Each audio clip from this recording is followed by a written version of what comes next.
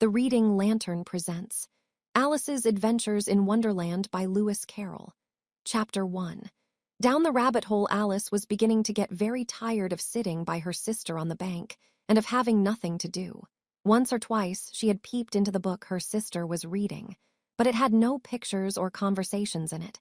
And what is the use of a book, thought Alice, without pictures or conversations? So she was considering in her own mind, as well as she could, for the hot day made her feel very sleepy and stupid, whether the pleasure of making a daisy chain would be worth the trouble of getting up and picking the daisies, when suddenly a white rabbit with pink eyes ran close by her. There was nothing so very remarkable in that, nor did Alice think it so very much out of the way to hear the rabbit say to itself, oh dear, I shall be late."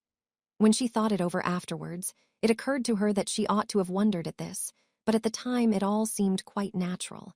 But when the rabbit actually took a watch out of its waistcoat pocket and looked at it, and then hurried on, Alice started to her feet, for it flashed across her mind that she had never before seen a rabbit with either a waistcoat pocket or a watch to take out of it, and burning with curiosity, she ran across the field after it, and fortunately was just in time to see it pop down a large rabbit hole under the hedge.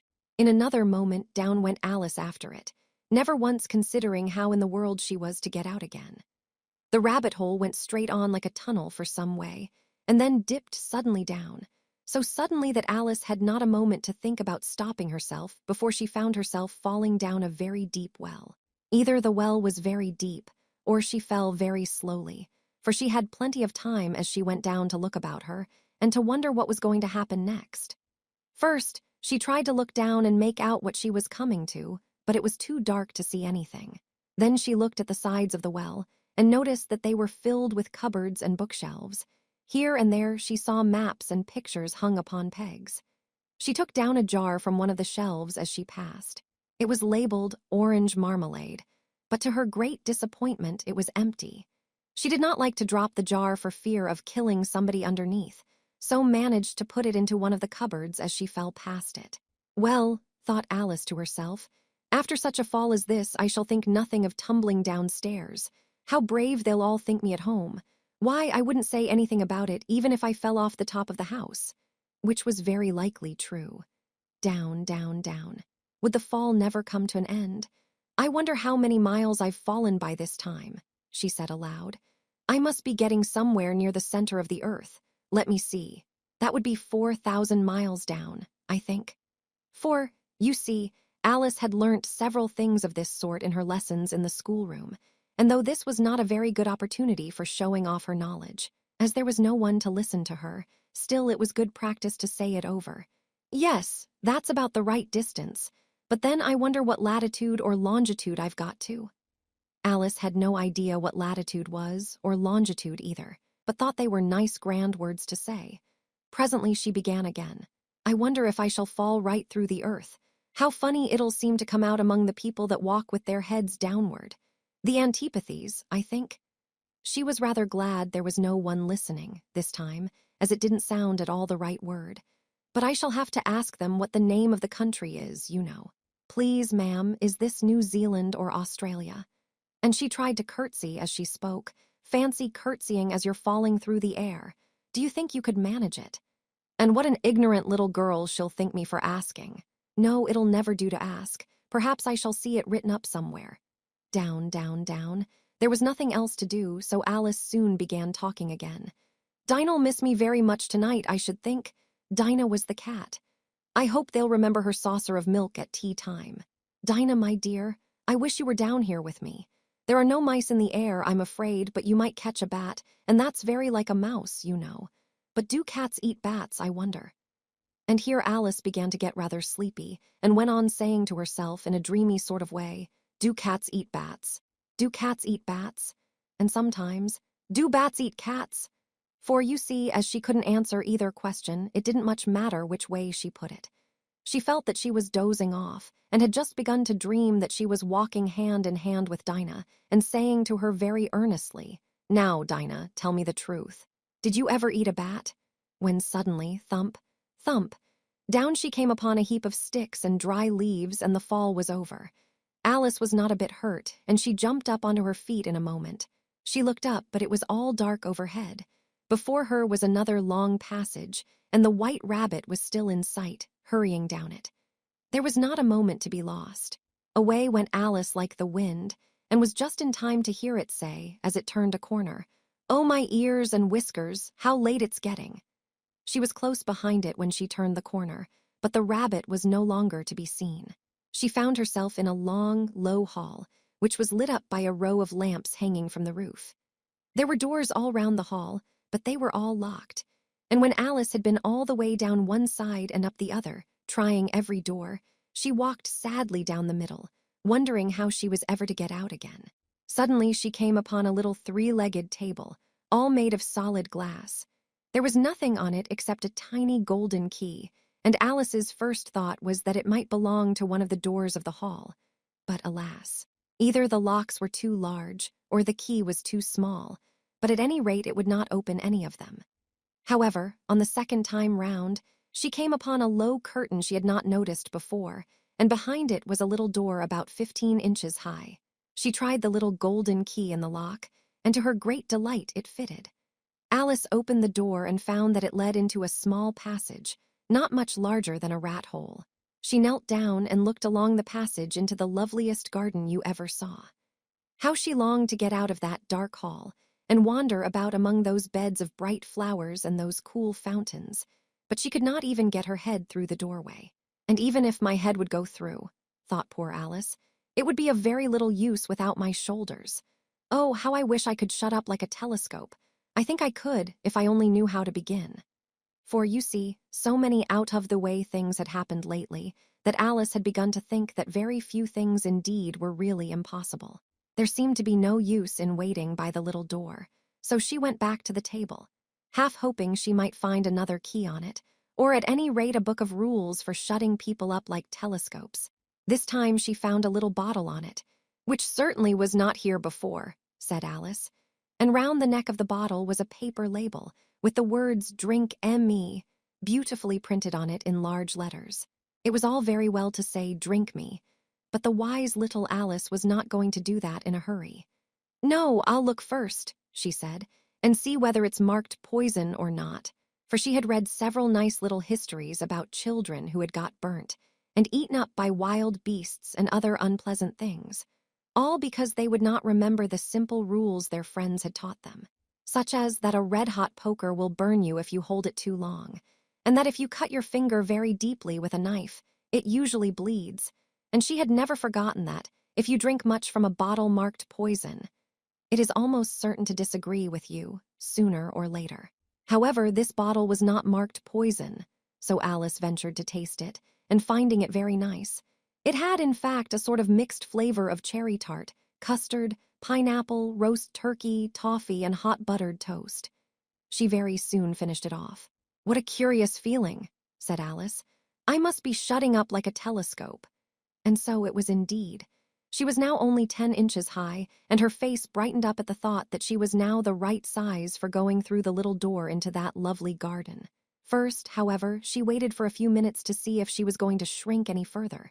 She felt a little nervous about this. "For it might end, you know," said Alice to herself, "in my going out altogether like a candle. I wonder what I should be like then." And she tried to fancy what the flame of a candle is like after the candle is blown out, for she could not remember ever having seen such a thing. After a while, finding that nothing more happened, she decided on going into the garden at once. But alas for poor Alice. When she got to the door, she found she had forgotten the little golden key, and when she went back to the table for it, she found she could not possibly reach it. She could see it quite plainly through the glass, and she tried her best to climb up one of the legs of the table, but it was too slippery. And when she had tired herself out with trying, the poor little thing sat down and cried. "Come, there's no use in crying like that," said Alice to herself, rather sharply. "I advise you to leave off this minute." She generally gave herself very good advice, though she very seldom followed it, and sometimes she scolded herself so severely as to bring tears into her eyes. And once she remembered trying to box her own ears for having cheated herself in a game of croquet she was playing against herself. For this curious child was very fond of pretending to be two people. "But it's no use now," thought poor Alice, To pretend to be two people. Why, there's hardly enough of me left to make one respectable person." Soon her eye fell on a little glass box that was lying under the table. She opened it and found in it a very small cake, on which the words "Eat me" were beautifully marked in currants. "Well, I'll eat it," said Alice, "and if it makes me grow larger, I can reach the key.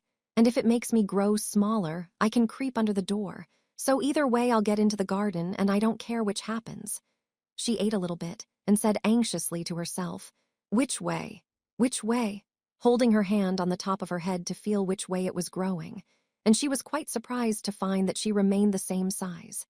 To be sure, this generally happens when one eats cake, but Alice had got so much into the way of expecting nothing but out-of-the-way things to happen, that it seemed quite dull and stupid for life to go on in the common way.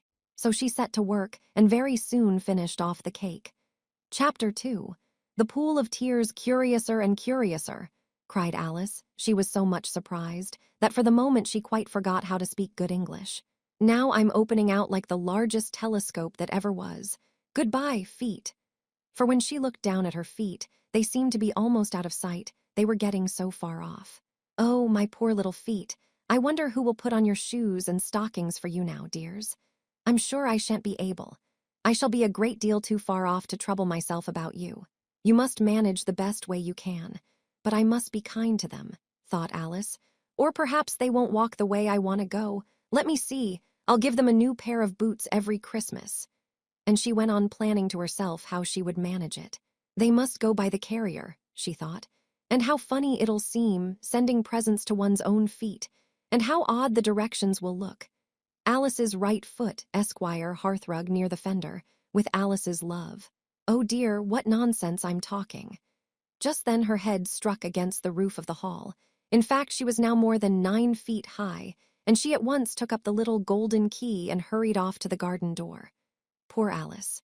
It was as much as she could do, lying down on one side, to look through into the garden with one eye. But to get through was more hopeless than ever. She sat down and began to cry again. "You ought to be ashamed of yourself," said Alice. "A great girl like you," she might well say this, "to go on crying in this way. Stop this moment, I tell you."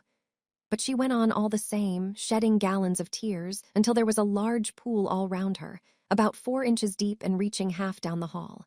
After a time she heard a little pattering of feet in the distance, and she hastily dried her eyes to see what was coming. It was the White Rabbit returning, splendidly dressed, with a pair of white kid gloves in one hand and a large fan in the other. He came trotting along in a great hurry, muttering to himself as he came, "Oh, the Duchess, the Duchess. Oh, won't she be savage if I've kept her waiting?" Alice felt so desperate that she was ready to ask help of anyone. So when the rabbit came near her, she began in a low, timid voice, "If you please, sir." The rabbit started violently, dropped the white kid gloves and the fan, and scurried away into the darkness as hard as he could go. Alice took up the fan and gloves, and, as the hall was very hot, she kept fanning herself all the time she went on talking. "Dear, dear, how queer everything is today. And yesterday things went on just as usual. I wonder if I've been changed in the night. Let me think. Was I the same when I got up this morning? I almost think I can remember feeling a little different. But if I'm not the same, the next question is, who in the world am I? Ah, that's the great puzzle." And she began thinking over all the children she knew that were of the same age as herself, to see if she could have been changed for any of them. "I'm sure I'm not Ada," she said, "for her hair goes in such long ringlets, and mine doesn't go in ringlets at all. And I'm sure I can't be Mabel, for I know all sorts of things, and she knows such a very little. Besides, she's she and I'm I, and oh dear, how puzzling it all is. I'll try if I know all the things I used to know. Let me see. 4 times 5 is 12, and 4 times 6 is 13, and 4 times 7 is, oh dear. I shall never get to 20 at that rate. However, the multiplication table doesn't signify. Let's try geography. London is the capital of Paris, and Paris is the capital of Rome, and Rome... No, that's all wrong, I'm certain. I must have been changed for Mabel. I'll try and say, how doth the little? And she crossed her hands on her lap as if she were saying lessons, and began to repeat it, but her voice sounded hoarse and strange, and the words did not come the same as they used to do. How doth the little crocodile improve his shining tail, and pour the waters of the Nile on every golden scale? How cheerfully he seems to grin, how neatly spread his claws, and welcome little fishes in with gently smiling jaws. I'm sure those are not the right words, said poor Alice, and her eyes filled with tears again as she went on. I must be Mabel after all, and I shall have to go and live in that poky little house, and have next to no toys to play with, and oh, ever so many lessons to learn. No, I've made up my mind about it. If I'm Mabel, I'll stay down here. It'll be no use their putting their heads down and saying, "Come up again, dear." I shall only look up and say, "Who am I then? Tell me that first, and then if I like being that person, I'll come up. If not, I'll stay down here till I'm somebody else." But oh dear, cried Alice with a sudden burst of tears, I do wish they would put their heads down. I am so very tired of being all alone here. As she said this, she looked down at her hands and was surprised to see that she had put on one of the rabbit's little white kid gloves while she was talking. How can I have done that? She thought. I must be growing small again. She got up and went to the table to measure herself by it, and found that, as nearly as she could guess, she was now about 2 feet high, and was going on shrinking rapidly. She soon found out that the cause of this was the fan she was holding, and she dropped it hastily, just in time to avoid shrinking away altogether. That was a narrow escape, said Alice, a good deal frightened at the sudden change, but very glad to find herself still in existence.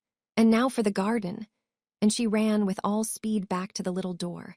But alas, the little door was shut again, and the little golden key was lying on the glass table as before.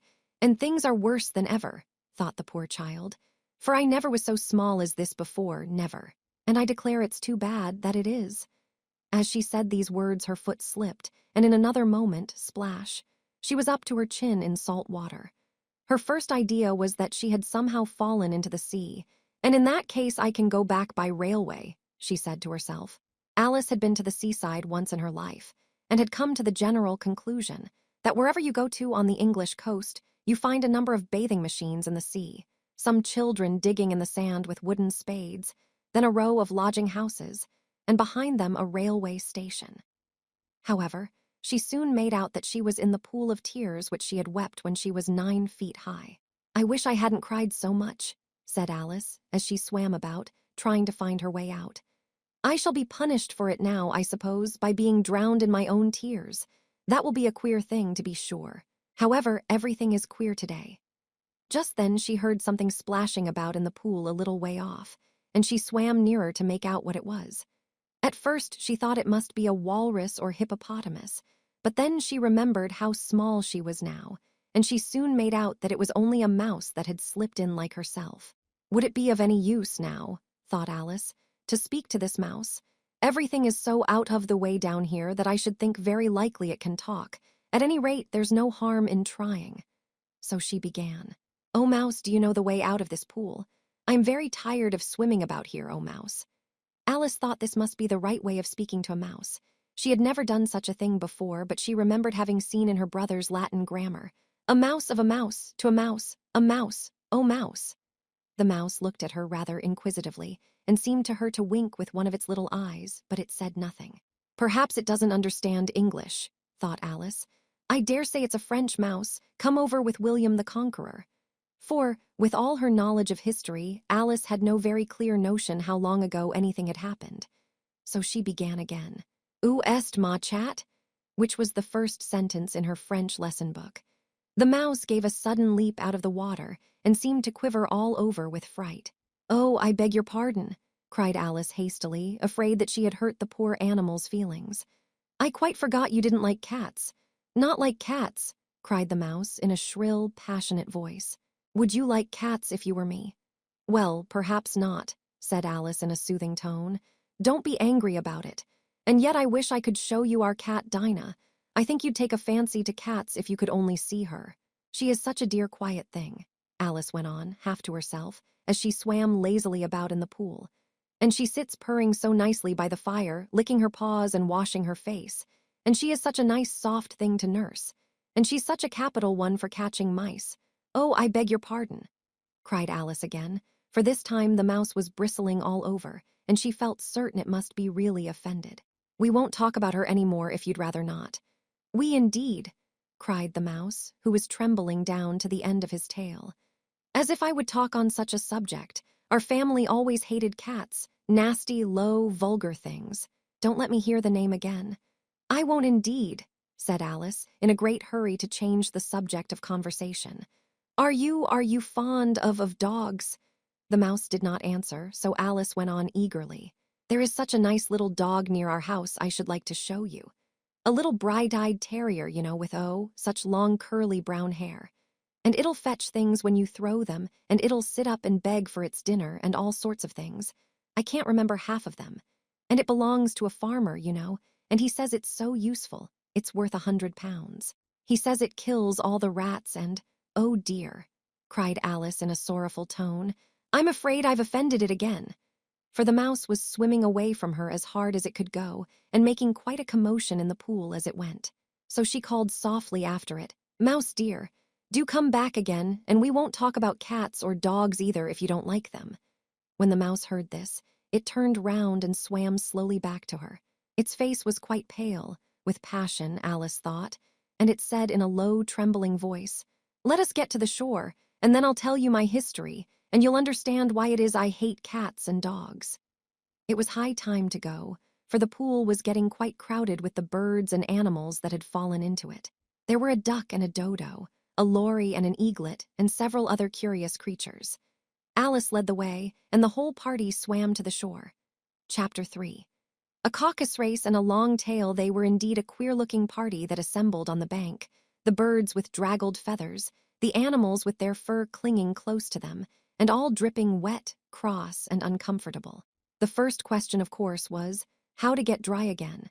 They had a consultation about this, and after a few minutes it seemed quite natural to Alice to find herself talking familiarly with them, as if she had known them all her life. Indeed, she had quite a long argument with the lory, who at last turned sulky, and would only say, "I am older than you and must know better." And this Alice would not allow without knowing how old it was, and as the lory positively refused to tell its age, there was no more to be said. At last the mouse, who seemed to be a person of authority among them, called out, "Sit down, all of you, and listen to me. I'll soon make you dry enough." They all sat down at once, in a large ring with the mouse in the middle.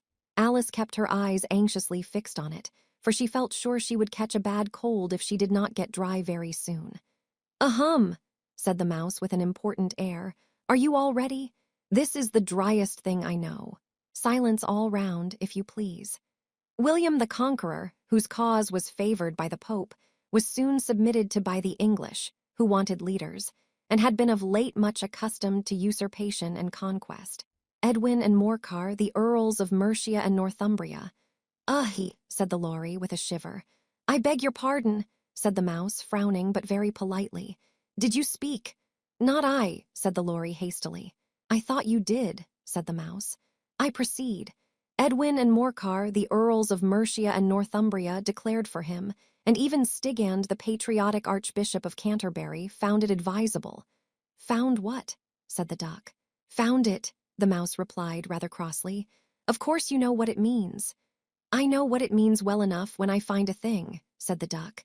"It's generally a frog or a worm. The question is, what did the Archbishop find?" The mouse did not notice this question, but hurriedly went on. "Found it advisable to go with Edgar Atheling to meet William and offer him the crown.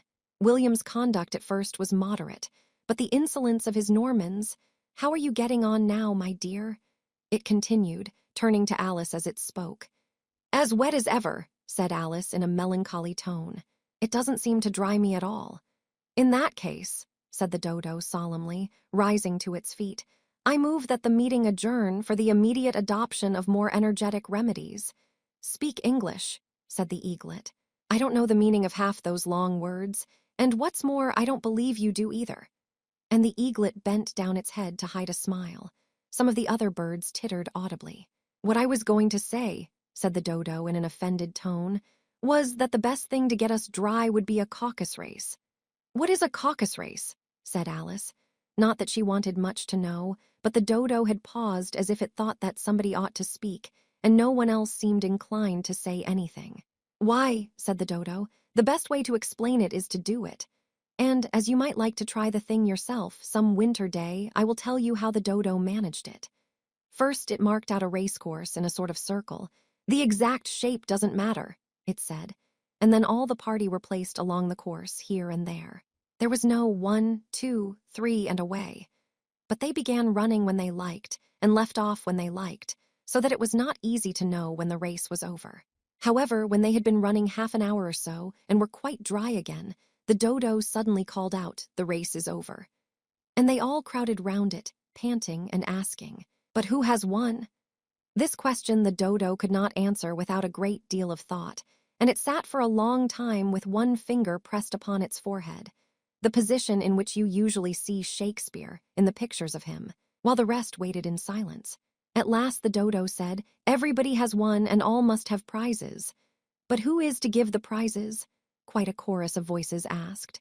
"Why, she, of course," said the dodo, pointing to Alice with one finger, and the whole party at once crowded round her, calling out in a confused way, "Prizes! Prizes!" Alice had no idea what to do, and in despair she put her hand in her pocket and pulled out a box of comfits. Luckily, the salt water had not got into it, and handed them round as prizes. There was exactly one apiece all round. "But she must have a prize herself, you know," said the mouse. "Of course," the dodo replied very gravely. "What else have you got in your pocket?" he went on, turning to Alice. "Only a thimble," said Alice sadly. "Hand it over here," said the dodo. Then they all crowded round her once more, while the dodo solemnly presented the thimble, saying, "We beg your acceptance of this elegant thimble." And when it had finished this short speech, they all cheered. Alice thought the whole thing very absurd, but they all looked so grave that she did not dare to laugh. And as she could not think of anything to say, she simply bowed and took the thimble, looking as solemn as she could. The next thing was to eat the comfits. This caused some noise and confusion, as the large birds complained that they could not taste theirs, and the small ones choked and had to be patted on the back. However, it was over at last, and they sat down again in a ring and begged the mouse to tell them something more. "You promised to tell me your history, you know," said Alice, "and why it is you hate C and D," she added in a whisper, half afraid that it would be offended again. "Mine is a long and a sad tale," said the mouse, turning to Alice and sighing. "It is a long tale, certainly," said Alice, looking down with wonder at the mouse's tail. "But why do you call it sad?" And she kept on puzzling about it while the mouse was speaking, so that her idea of the tale was something like this. "Fury said to a mouse that he met in the house, 'Let us both go to law. I will prosecute you. Come, I'll take no denial. We must have a trial, for really this morning I've nothing to do,' said the mouse to the cur. 'Such a trial, dear sir, with no jury or judge would be wasting our breath.' 'I'll be judge, I'll be jury,' said cunning old Fury. 'I'll try the whole cause and condemn you to death.' 'You are not attending,' said the mouse to Alice severely. 'What are you thinking of?' 'I beg your pardon,' said Alice very humbly. 'You had got to the fifth bend, I think?' 'I had not,' cried the mouse, sharply and very angrily.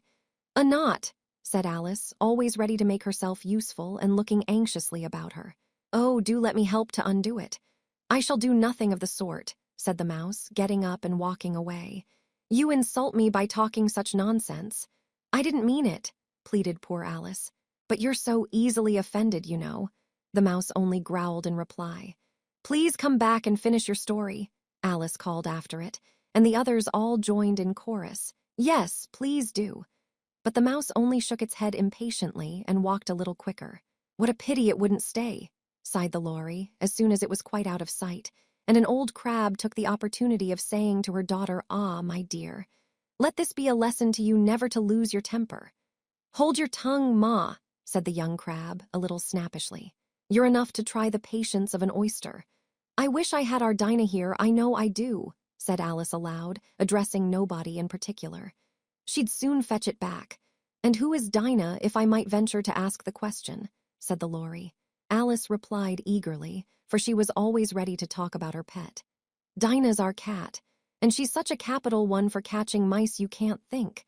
And oh, I wish you could see her after the birds. Why, she'll eat a little bird as soon as look at it.' This speech caused a remarkable sensation among the party. Some of the birds hurried off at once. One old magpie began wrapping itself up very carefully, remarking, "I really must be getting home. The night air doesn't suit my throat." And a canary called out in a trembling voice to its children, "Come away, my dears. It's high time you were all in bed." On various pretexts, they all moved off, and Alice was soon left alone. "I wish I hadn't mentioned Dinah," she said to herself in a melancholy tone. "Nobody seems to like her down here, and I'm sure she's the best cat in the world. Oh, my dear Dinah, I wonder if I shall ever see you any more." And here poor Alice began to cry again, for she felt very lonely and low-spirited. In a little while, however, she again heard a little pattering of footsteps in the distance, and she looked up eagerly, half hoping that the mouse had changed his mind and was coming back to finish his story. Chapter 4. The rabbit sends in a little bill. It was the white rabbit, trotting slowly back again and looking anxiously about as it went, as if it had lost something, and she heard it muttering to itself, "The Duchess.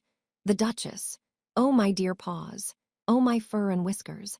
She'll get me executed, as sure as ferrets are ferrets. Where can I have dropped them, I wonder?" Alice guessed in a moment that it was looking for the fan and the pair of white kid gloves, and she very good-naturedly began hunting about for them. But they were nowhere to be seen.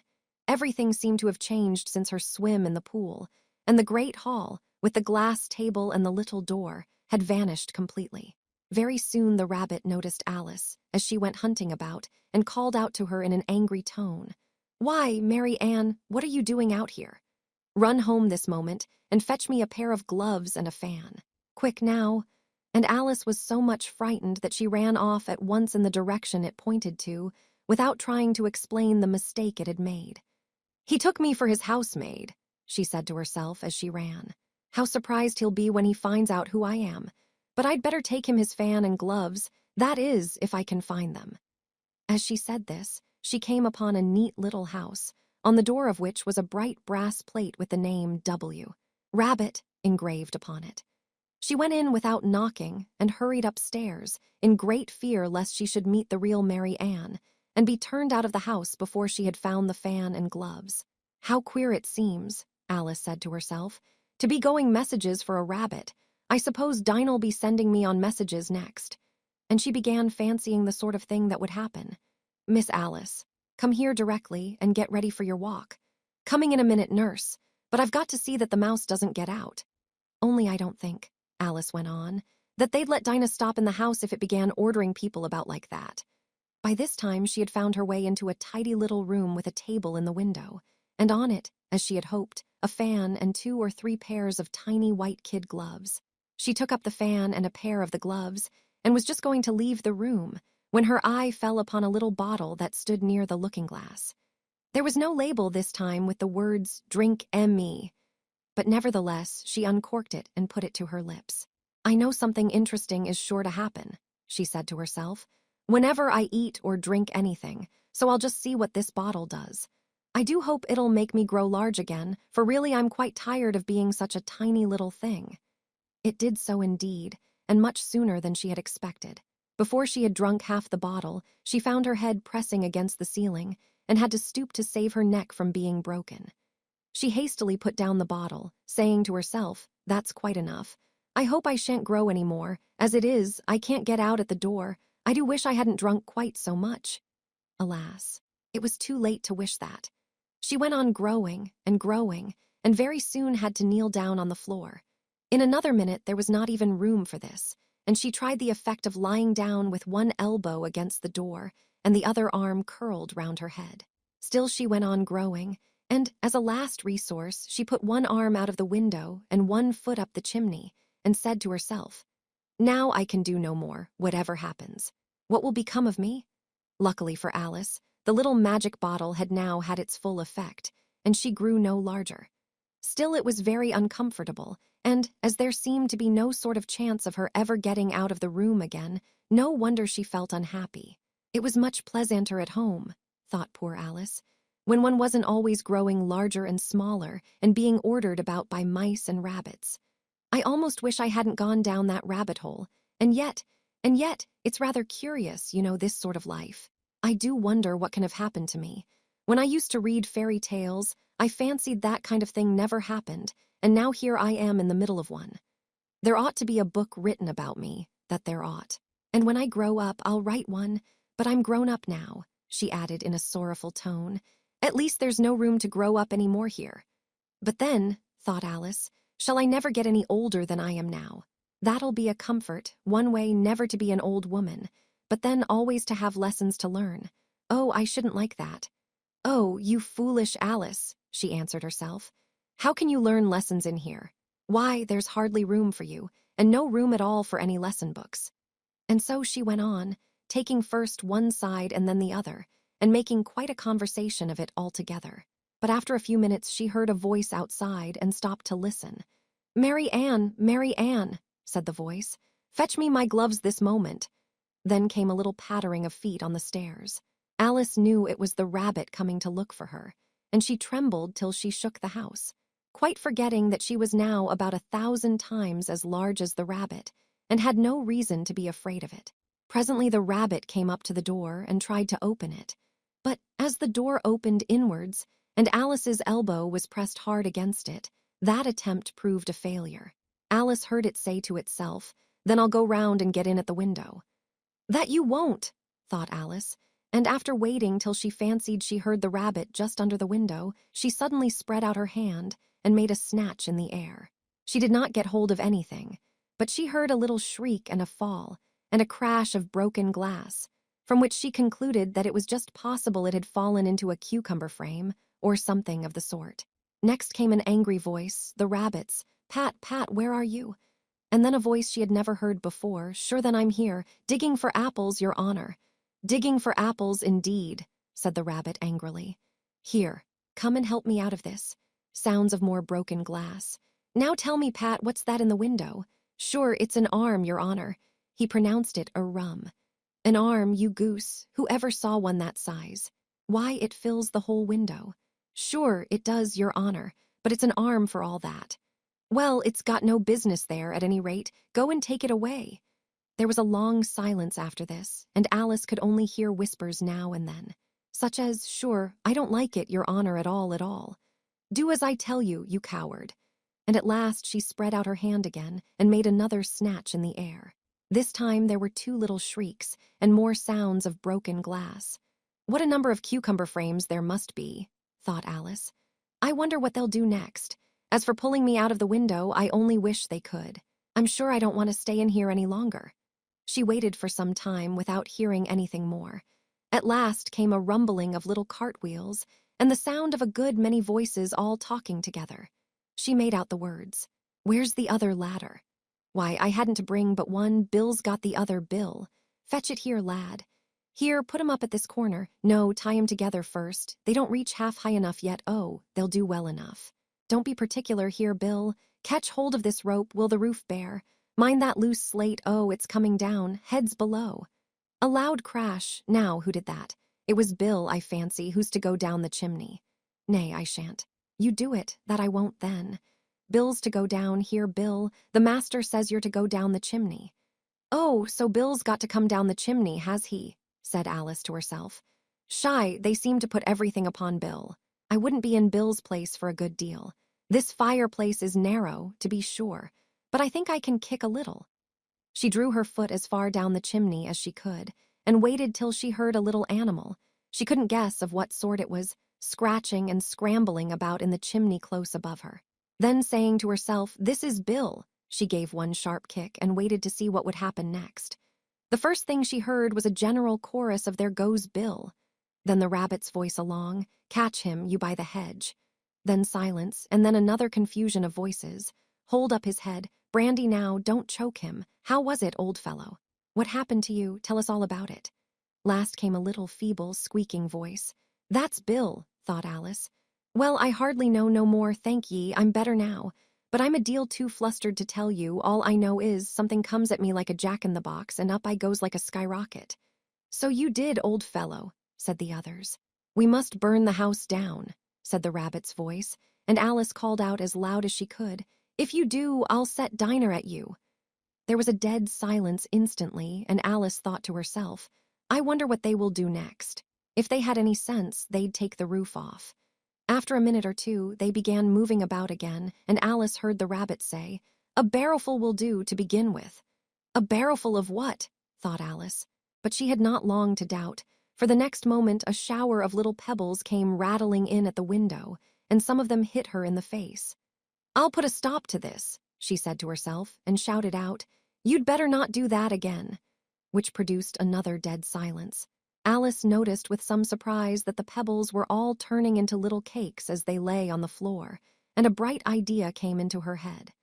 "If I eat one of these cakes," she thought, "it's sure to make some change in my size, and as it can't possibly make me larger, it must make me smaller, I suppose." So she swallowed one of the cakes, and was delighted to find that she began shrinking directly. As soon as she was small enough to get through the door, she ran out of the house and found quite a crowd of little animals and birds waiting outside. The poor little lizard, Bill, was in the middle, being held up by 2 guinea pigs who were giving it something out of a bottle. They all made a rush at Alice the moment she appeared, but she ran off as hard as she could and soon found herself safe in a thick wood. "The first thing I've got to do," said Alice to herself as she wandered about in the wood, "is to grow to my right size again. And the second thing is to find my way into that lovely garden. I think that will be the best plan." It sounded an excellent plan, no doubt, and very neatly and simply arranged.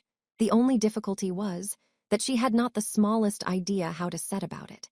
And while she was peering about anxiously among the trees, a little sharp bark just over her head made her look up in a great hurry. An enormous puppy was looking down at her with large round eyes and feebly stretching out one paw, trying to touch her. "Poor little thing," said Alice, in a coaxing tone, and she tried hard to whistle to it. But she was terribly frightened all the time at the thought that it might be hungry, in which case it would be very likely to eat her up in spite of all her coaxing. Hardly knowing what she did, she picked up a little bit of stick and held it out to the puppy, whereupon the puppy jumped into the air off all its feet at once, with a yelp of delight, and rushed at the stick, and made believe to worry it. Then Alice dodged behind a great thistle to keep herself from being run over, and the moment she appeared on the other side, the puppy made another rush at the stick, and tumbled head over heels in its hurry to get hold of it.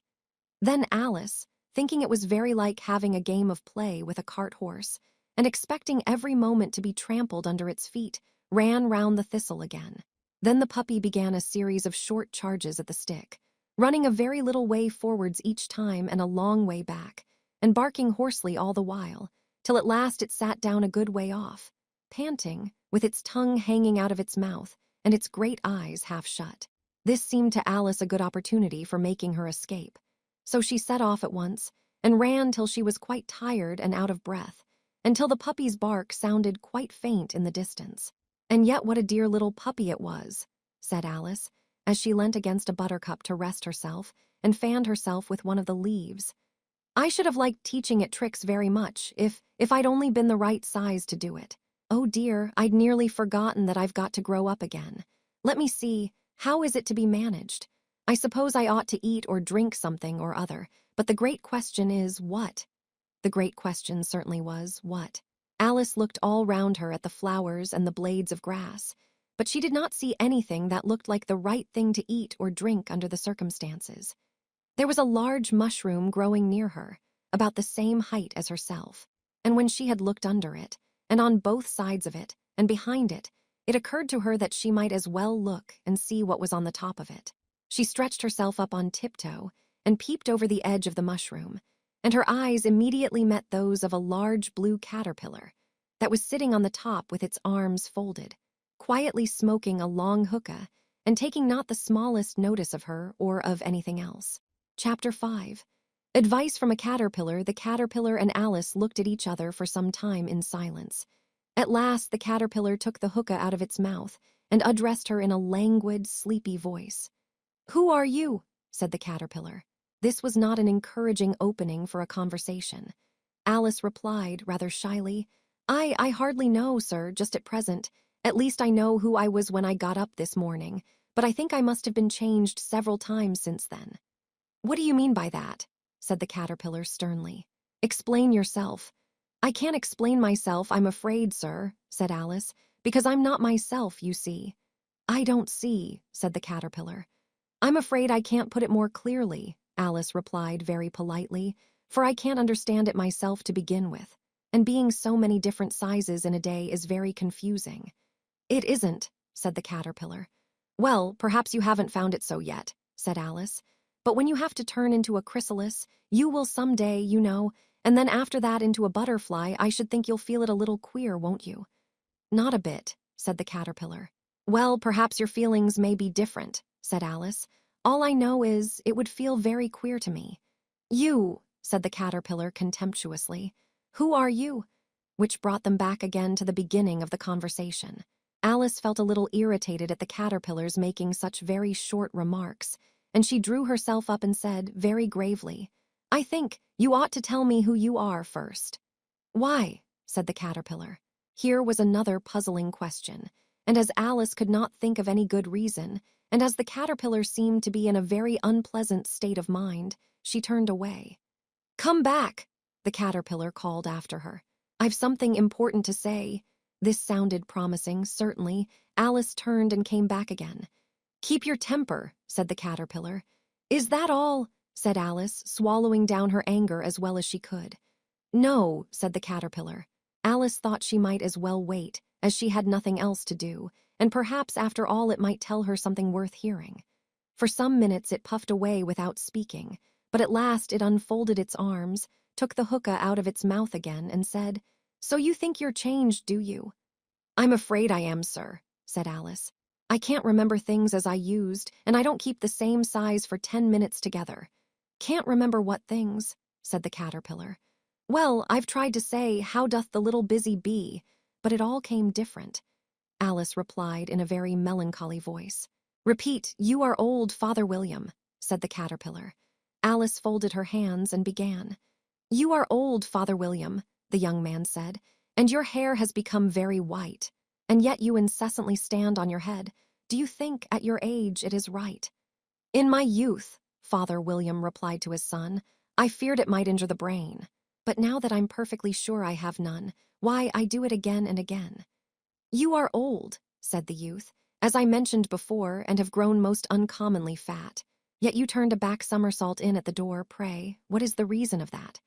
In my youth, said the sage, as he shook his gray locks, I kept all my limbs very supple by the use of this ointment, 1 shilling the box, allow me to sell you a couple. You are old, said the youth, and your jaws are too weak for anything tougher than suet. Yet you finished the goose, with the bones and the beak, pray, how did you manage to do it? In my youth, said his father, I took to the law and argued each case with my wife, and the muscular strength, which it gave to my jaw, has lasted the rest of my life. You are old, said the youth. One would hardly suppose that your eye was as steady as ever. Yet you balanced an eel on the end of your nose. What made you so awfully clever? I have answered 3 questions, and that is enough, said his father. Don't give yourself airs. Do you think I can listen all day to such stuff? Be off, or I'll kick you downstairs. That is not said right, said the caterpillar. Not quite right, I'm afraid, said Alice timidly. Some of the words have got altered. It is wrong from beginning to end, said the caterpillar decidedly, and there was silence for some minutes. The caterpillar was the first to speak. What size do you want to be? It asked. Oh, I'm not particular as to size, Alice hastily replied. Only one doesn't like changing so often, you know. I don't know, said the caterpillar. Alice said nothing. She had never been so much contradicted in her life before, and she felt that she was losing her temper. Are you content now? Said the caterpillar. Well, I should like to be a little larger, sir, if you wouldn't mind, said Alice. 3 inches is such a wretched height to be. It is a very good height indeed, said the caterpillar angrily, rearing itself upright as it spoke. It was exactly 3 inches high. But I'm not used to it, pleaded poor Alice in a piteous tone, and she thought of herself, I wish the creatures wouldn't be so easily offended. You'll get used to it in time, said the caterpillar, and it put the hookah into its mouth and began smoking again. This time Alice waited patiently until it chose to speak again. In a minute or two the caterpillar took the hookah out of its mouth and yawned once or twice and shook itself. Then it got down off the mushroom and crawled away in the grass, merely remarking as it went, One side will make you grow taller, and the other side will make you grow shorter. One side of what? The other side of what? thought Alice to herself. Of the mushroom, said the caterpillar, just as if she had asked it aloud, and in another moment it was out of sight. Alice remained looking thoughtfully at the mushroom for a minute, trying to make out which were the two sides of it, and as it was perfectly round, she found this a very difficult question. However, at last she stretched her arms round it as far as they would go, and broke off a bit of the edge with each hand. And now which is which? She said to herself, and nibbled a little of the right hand bit to try the effect. The next moment she felt a violent blow underneath her chin. It had struck her foot. She was a good deal frightened by this very sudden change, but she felt that there was no time to be lost, as she was shrinking rapidly. So she set to work at once to eat some of the other bit. Her chin was pressed so closely against her foot that there was hardly room to open her mouth. But she did it at last, and managed to swallow a morsel of the left-hand bit. "Come, my head's free at last," said Alice in a tone of delight, which changed into alarm in another moment, when she found that her shoulders were nowhere to be found. All she could see, when she looked down, was an immense length of neck, which seemed to rise like a stalk out of a sea of green leaves that lay far below her. "What can all that green stuff be?" said Alice. "And where have my shoulders got to? And oh, my poor hands, how is it I can't see you?" She was moving them about as she spoke, but no result seemed to follow, except a little shaking among the distant green leaves. As there seemed to be no chance of getting her hands up to her head, she tried to get her head down to them, and was delighted to find that her neck would bend about easily in any direction, like a serpent. She had just succeeded in curving it down into a graceful zigzag, and was going to dive in among the leaves, which she found to be nothing but the tops of the trees under which she had been wandering, when a sharp hiss made her draw back in a hurry. A large pigeon had flown into her face and was beating her violently with its wings. "Serpent!" screamed the pigeon. "I'm not a serpent," said Alice indignantly. "Let me alone." "Serpent, I say again," repeated the pigeon, but in a more subdued tone, and added with a kind of sob, "I've tried every way and nothing seems to suit them." "I haven't the least idea what you're talking about," said Alice. "I've tried the roots of trees, and I've tried banks, and I've tried hedges," the pigeon went on, without attending to her. "But those serpents, there's no pleasing them." Alice was more and more puzzled, but she thought there was no use in saying anything more till the pigeon had finished. "As if it wasn't trouble enough hatching the eggs," said the pigeon, "but I must be on the lookout for serpents night and day. Why, I haven't had a wink of sleep these 3 weeks." "I'm very sorry you've been annoyed," said Alice, who was beginning to see its meaning. "And just as I'd taken the highest tree in the wood," continued the pigeon, raising its voice to a shriek, "and just as I was thinking I should be free of them at last, they must needs come wriggling down from the sky." "A serpent? But I'm not a serpent, I tell you," said Alice. I'm a, well, what are you?" said the pigeon. "I can see you're trying to invent something." I'm a little girl," said Alice rather doubtfully, as she remembered the number of changes she had gone through that day. "A likely story indeed," said the pigeon in a tone of the deepest contempt. "I've seen a good many little girls in my time, but never one with such a neck as that. No, no, you're a serpent, and there's no use denying it. I suppose you'll be telling me next that you never tasted an egg." "I have tasted eggs, certainly," said Alice, who was a very truthful child. "But little girls eat eggs quite as much as serpents do, you know." "I don't believe it," said the pigeon. "But if they do, why then they're a kind of serpent, that's all I can say." This was such a new idea to Alice that she was quite silent for a minute or two, which gave the pigeon the opportunity of adding, "You're looking for eggs, I know that well enough. And what does it matter to me whether you're a little girl or a serpent?" "It matters a good deal to me," said Alice hastily. "But I'm not looking for eggs, as it happens, and if I was, I shouldn't want yours. I don't like them raw." "Well, be off, then," said the pigeon in a sulky tone, as it settled down again into its nest. Alice crouched down among the trees as well as she could, for her neck kept getting entangled among the branches, and every now and then she had to stop and untwist it. After a while she remembered that she still held the pieces of mushroom in her hands, and she set to work very carefully, nibbling first at one and then at the other, and growing sometimes taller and sometimes shorter, until she had succeeded in bringing herself down to her usual height.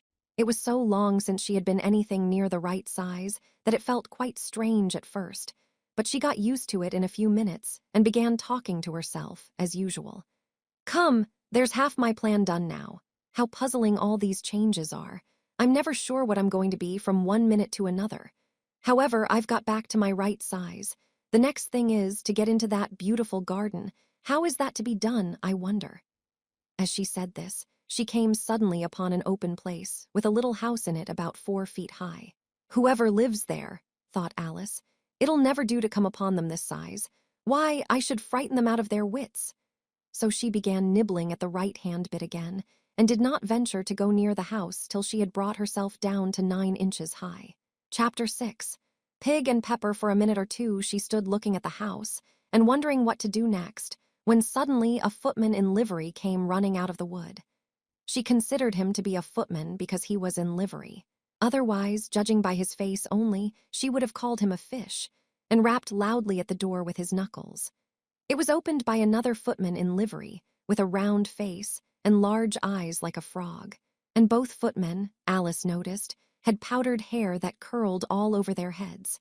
She felt very curious to know what it was all about, and crept a little way out of the wood to listen. The fish footman began by producing from under his arm a great letter, nearly as large as himself, and this he handed over to the other, saying in a solemn tone, "For the Duchess, an invitation from the Queen to play croquet." The frog footman repeated, in the same solemn tone, only changing the order of the words a little, "From the Queen, an invitation for the Duchess to play croquet." Then they both bowed low, and their curls got entangled together. Alice laughed so much at this that she had to run back into the wood for fear of their hearing her. And when she next peeped out, the fish footman was gone, and the other was sitting on the ground near the door, staring stupidly up into the sky.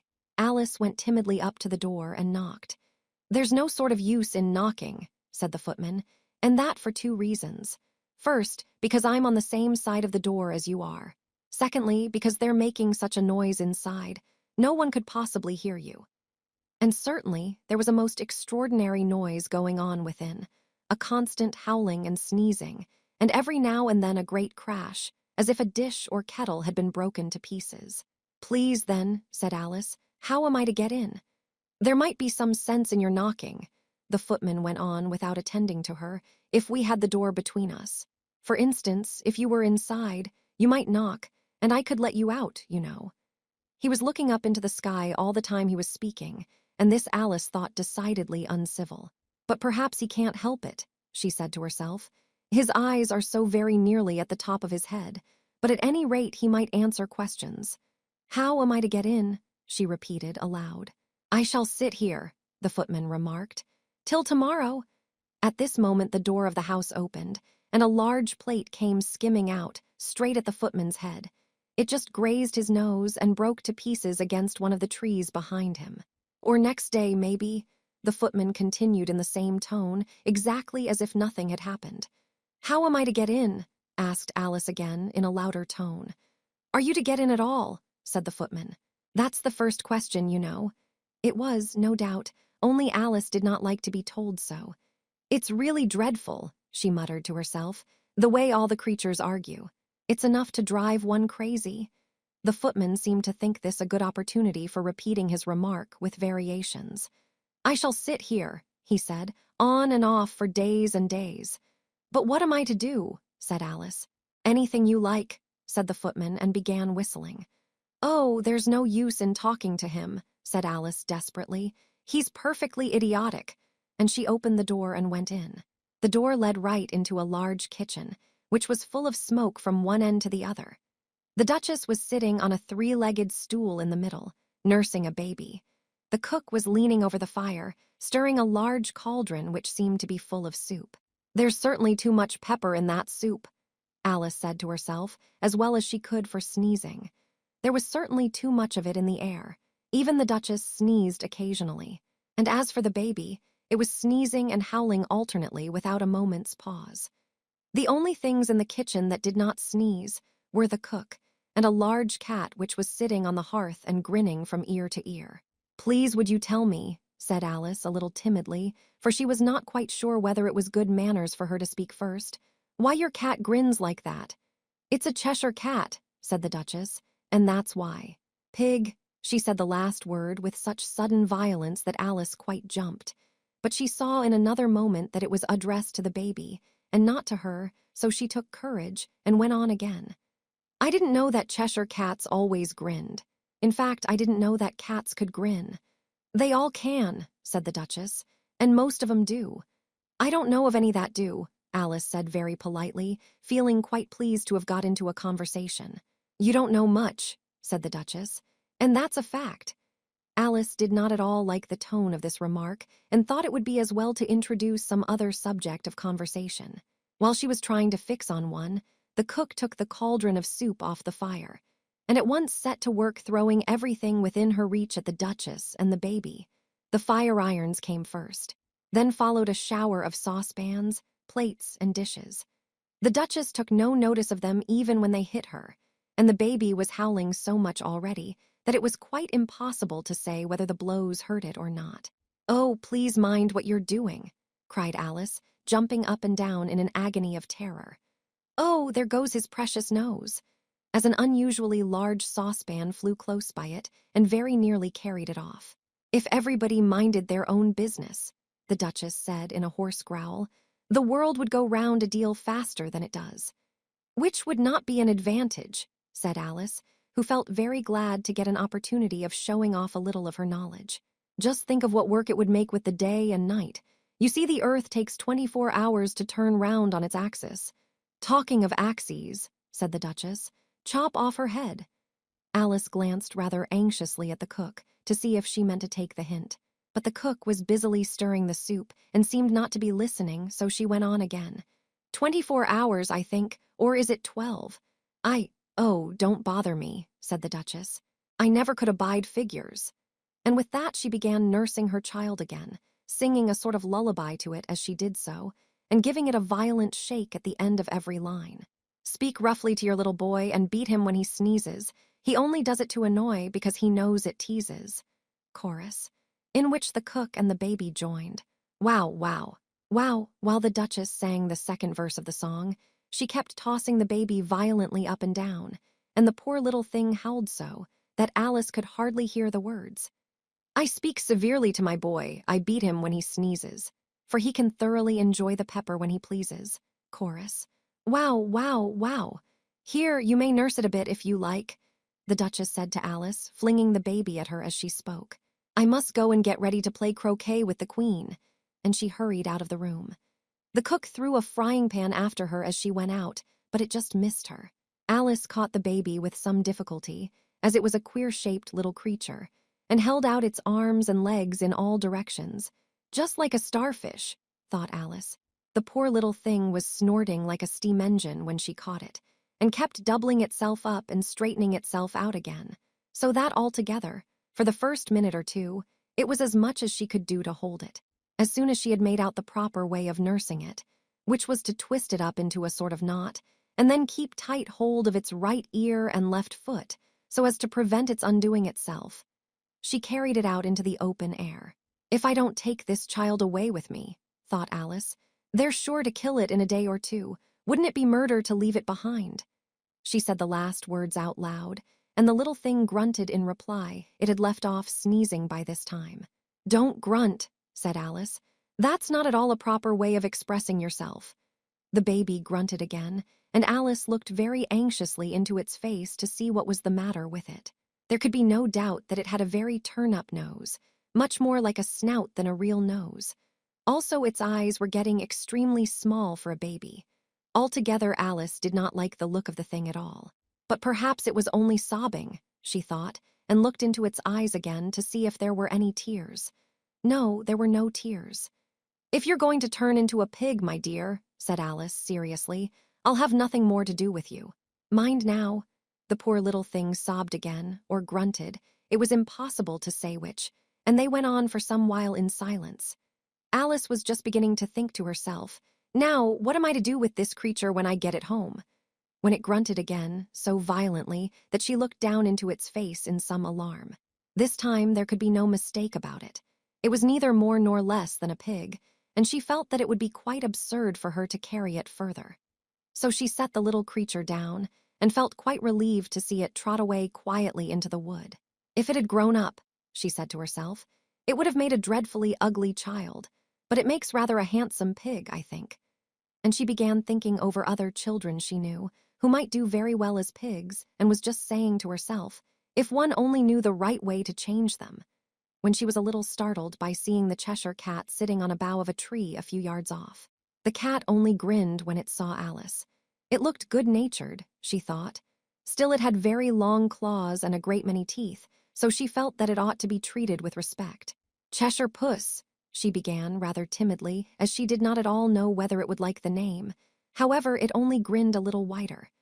Come, it's pleased so far, thought Alice, and she went on. Would you tell me, please, which way I ought to go from here?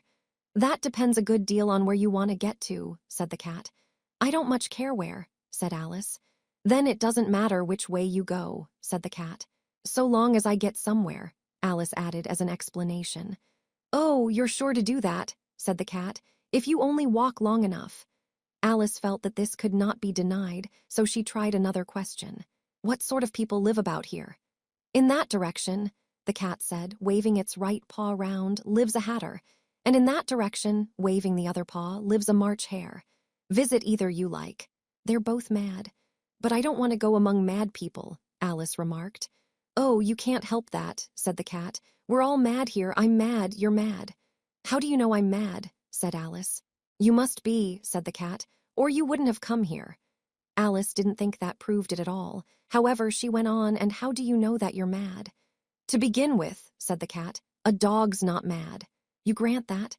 I suppose so, said Alice. Well then, the cat went on, you see, a dog growls when it's angry and wags its tail when it's pleased.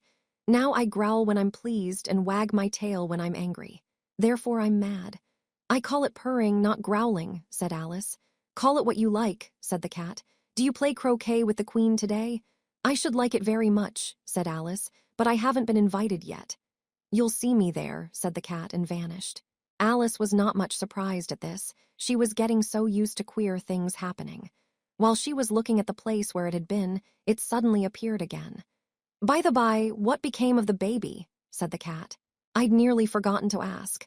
It turned into a pig, Alice quietly said, just as if it had come back in a natural way. I thought it would, said the cat, and vanished again. Alice waited a little, half expecting to see it again, but it did not appear, and after a minute or two she walked on in the direction in which the March hare was said to live. I've seen hatters before, she said to herself. The March hare will be much the most interesting, and perhaps as this is May it won't be raving mad, at least not so mad as it was in March. As she said this, she looked up, and there was the cat again, sitting on a branch of a tree. Did you say pig or fig? Said the cat. I said pig, replied Alice, and I wish you wouldn't keep appearing and vanishing so suddenly. You make one quite giddy.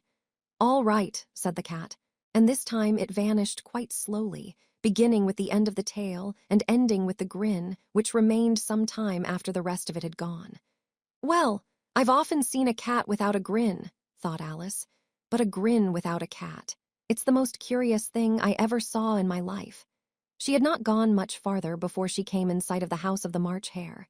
She thought it must be the right house, because the chimneys were shaped like ears and the roof was thatched with fur.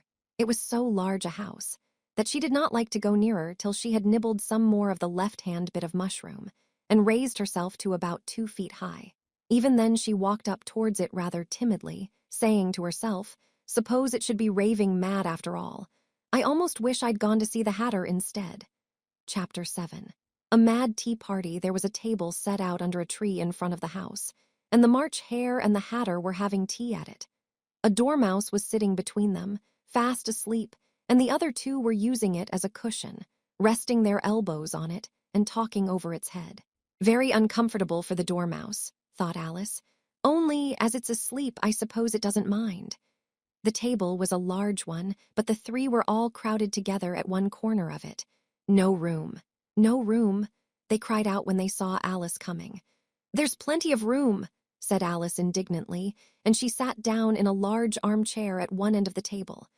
Have some wine, the March hare said in an encouraging tone. Alice looked all round the table, but there was nothing on it but tea. I don't see any wine, she remarked. There isn't any, said the March Hare. Then it wasn't very civil of you to offer it, said Alice angrily. It wasn't very civil of you to sit down without being invited, said the March Hare. I didn't know it was your table, said Alice. It's laid for a great many more than 3. Your hair wants cutting, said the Hatter. He had been looking at Alice for some time with great curiosity, and this was his first speech. You should learn not to make personal remarks, Alice said with some severity. It's very rude. The Hatter opened his eyes very wide on hearing this, but all he said was, Why is a raven like a writing desk? Come, we shall have some fun now, thought Alice. I'm glad they've begun asking riddles. I believe I can guess that, she added aloud. Do you mean that you think you can find out the answer to it? Said the March Hare. Exactly so, said Alice. Then you should say what you mean, the March Hare went on. I do, Alice hastily replied. At least I mean what I say, that's the same thing, you know. Not the same thing a bit, said the Hatter. You might just as well say that I see what I eat is the same thing as I eat what I see. You might just as well say, added the March Hare, that I like what I get is the same thing as I get what I like. You might just as well say, added the Dormouse, who seemed to be talking in his sleep, that I breathe when I sleep is the same thing as I sleep when I breathe. It is the same thing with you, said the Hatter, and here the conversation dropped, and the party sat silent for a minute, while Alice thought over all she could remember about ravens and writing desks, which wasn't much. The Hatter was the first to break the silence. What day of the month is it? He said, turning to Alice. He had taken his watch out of his pocket and was looking at it uneasily, shaking it every now and then and holding it to his ear. Alice considered a little and then said the 4th. 2 days wrong, sighed the Hatter. I told you butter wouldn't suit the works, he added, looking angrily at the March Hare. It was the best butter, the March Hare meekly replied. Yes, but some crumbs must have got in as well, the Hatter grumbled. You shouldn't have put it in with the bread knife. The March Hare took the watch and looked at it gloomily. Then he dipped it into his cup of tea and looked at it again. But he could think of nothing better to say than his first remark. It was the best butter, you know. Alice had been looking over his shoulder with some curiosity. What a funny watch, she remarked. It tells the day of the month and doesn't tell what o'clock it is. Why should it? Muttered the Hatter. Does your watch tell you what year it is? Of course not, Alice replied very readily. But that's because it stays the same year for such a long time together. Which is just the case with mine, said the Hatter. Alice felt dreadfully puzzled. The Hatter's remark seemed to have no sort of meaning in it, and yet it was certainly English. I don't quite understand you, she said, as politely as she could. The Dormouse is asleep again, said the Hatter, and he poured a little hot tea upon its nose. The Dormouse shook its head impatiently and said, without opening its eyes, of course, just what I was going to remark myself. Have you guessed the riddle yet? The Hatter said, turning to Alice again. No, I give it up, Alice replied. What's the answer? I haven't the slightest idea, said the Hatter. Nor I, said the March Hare. Alice sighed wearily. I think you might do something better with the time, she said, than waste it in asking riddles that have no answers. If you knew time as well as I do, said the Hatter, you wouldn't talk about wasting it. It's him. I don't know what you mean, said Alice. Of course you don't, the Hatter said, tossing his head contemptuously. I dare say you never even spoke to time. Perhaps not, Alice cautiously replied. But I know I have to beat time when I learn music. Ah, that accounts for it, said the Hatter. He won't stand beating. Now, if you only kept on good terms with him, he'd do almost anything you liked with the clock. For instance, suppose it were 9 o'clock in the morning, just time to begin lessons. You'd only have to whisper a hint to time, and round goes the clock in a twinkling. 1:30, time for dinner. I only wish it was, the March Hare said to itself in a whisper. That would be grand, certainly, said Alice thoughtfully. But then I shouldn't be hungry for it, you know. Not at first, perhaps, said the Hatter. But you could keep it to 1:30 as long as you liked. Is that the way you manage? Alice asked. The Hatter shook his head mournfully.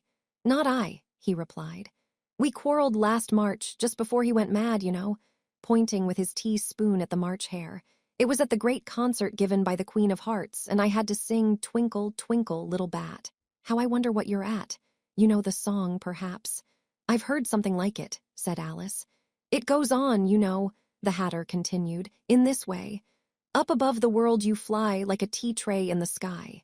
Twinkle, twinkle. Here the dormouse shook itself and began singing in its sleep, twinkle, twinkle, twinkle, twinkle, and went on so long that they had to pinch it to make it stop. Well, I'd hardly finished the first verse, said the Hatter, when the Queen jumped up and bawled out, he's murdering the time, off with his head. How dreadfully savage, exclaimed Alice. And ever since that, the Hatter went on in a mournful tone, he won't do a thing I ask, it's always 6 o'clock now. A bright idea came into Alice's head. Is that the reason so many tea things are put out here? She asked. Yes, that's it, said the Hatter with a sigh. It's always tea time, and we've no time to wash the things between whiles. Then you keep moving round, I suppose, said Alice. Exactly so, said the Hatter, as the things get used up. But what happens when you come to the beginning again? Alice ventured to ask. Suppose we change the subject, the March Hare interrupted, yawning. I'm getting tired of this. I vote the young lady tells us a story. I'm afraid I don't know one, said Alice, rather alarmed at the proposal. Then the Dormouse shall, they both cried. Wake up, Dormouse! And they pinched it on both sides at once. The Dormouse slowly opened his eyes. I wasn't asleep, he said in a hoarse, feeble voice. I heard every word you fellows were saying. Tell us a story, said the March Hare. Yes, please do, pleaded Alice. And be quick about it, added the Hatter, or you'll be asleep again before it's done. Once upon a time there were 3 little sisters, the Dormouse began in a great hurry, and their names were Elsie, Lacey, and Tilly, and they lived at the bottom of a well. What did they live on? Said Alice, who always took a great interest in questions of eating and drinking. They lived on treacle, said the Dormouse, after thinking a minute or two. They couldn't have done that, you know, Alice gently remarked. They'd have been ill. So they were, said the Dormouse, very ill. Alice tried to fancy to herself what such an extraordinary way of living would be like, but it puzzled her too much, so she went on. But why did they live at the bottom of a well? Take some more tea, the March Hare said to Alice very earnestly. I've had nothing yet, Alice replied in an offended tone, so I can't take more. You mean you can't take less, said the Hatter. It's very easy to take more than nothing. Nobody asked your opinion, said Alice. Who's making personal remarks now? The Hatter asked triumphantly. Alice did not quite know what to say to this, so she helped herself to some tea and bread and butter, and then turned to the Dormouse and repeated her question. Why did they live at the bottom of a well? The Dormouse again took a minute or two to think about it, and then said, it was a treacle well. There's no such thing.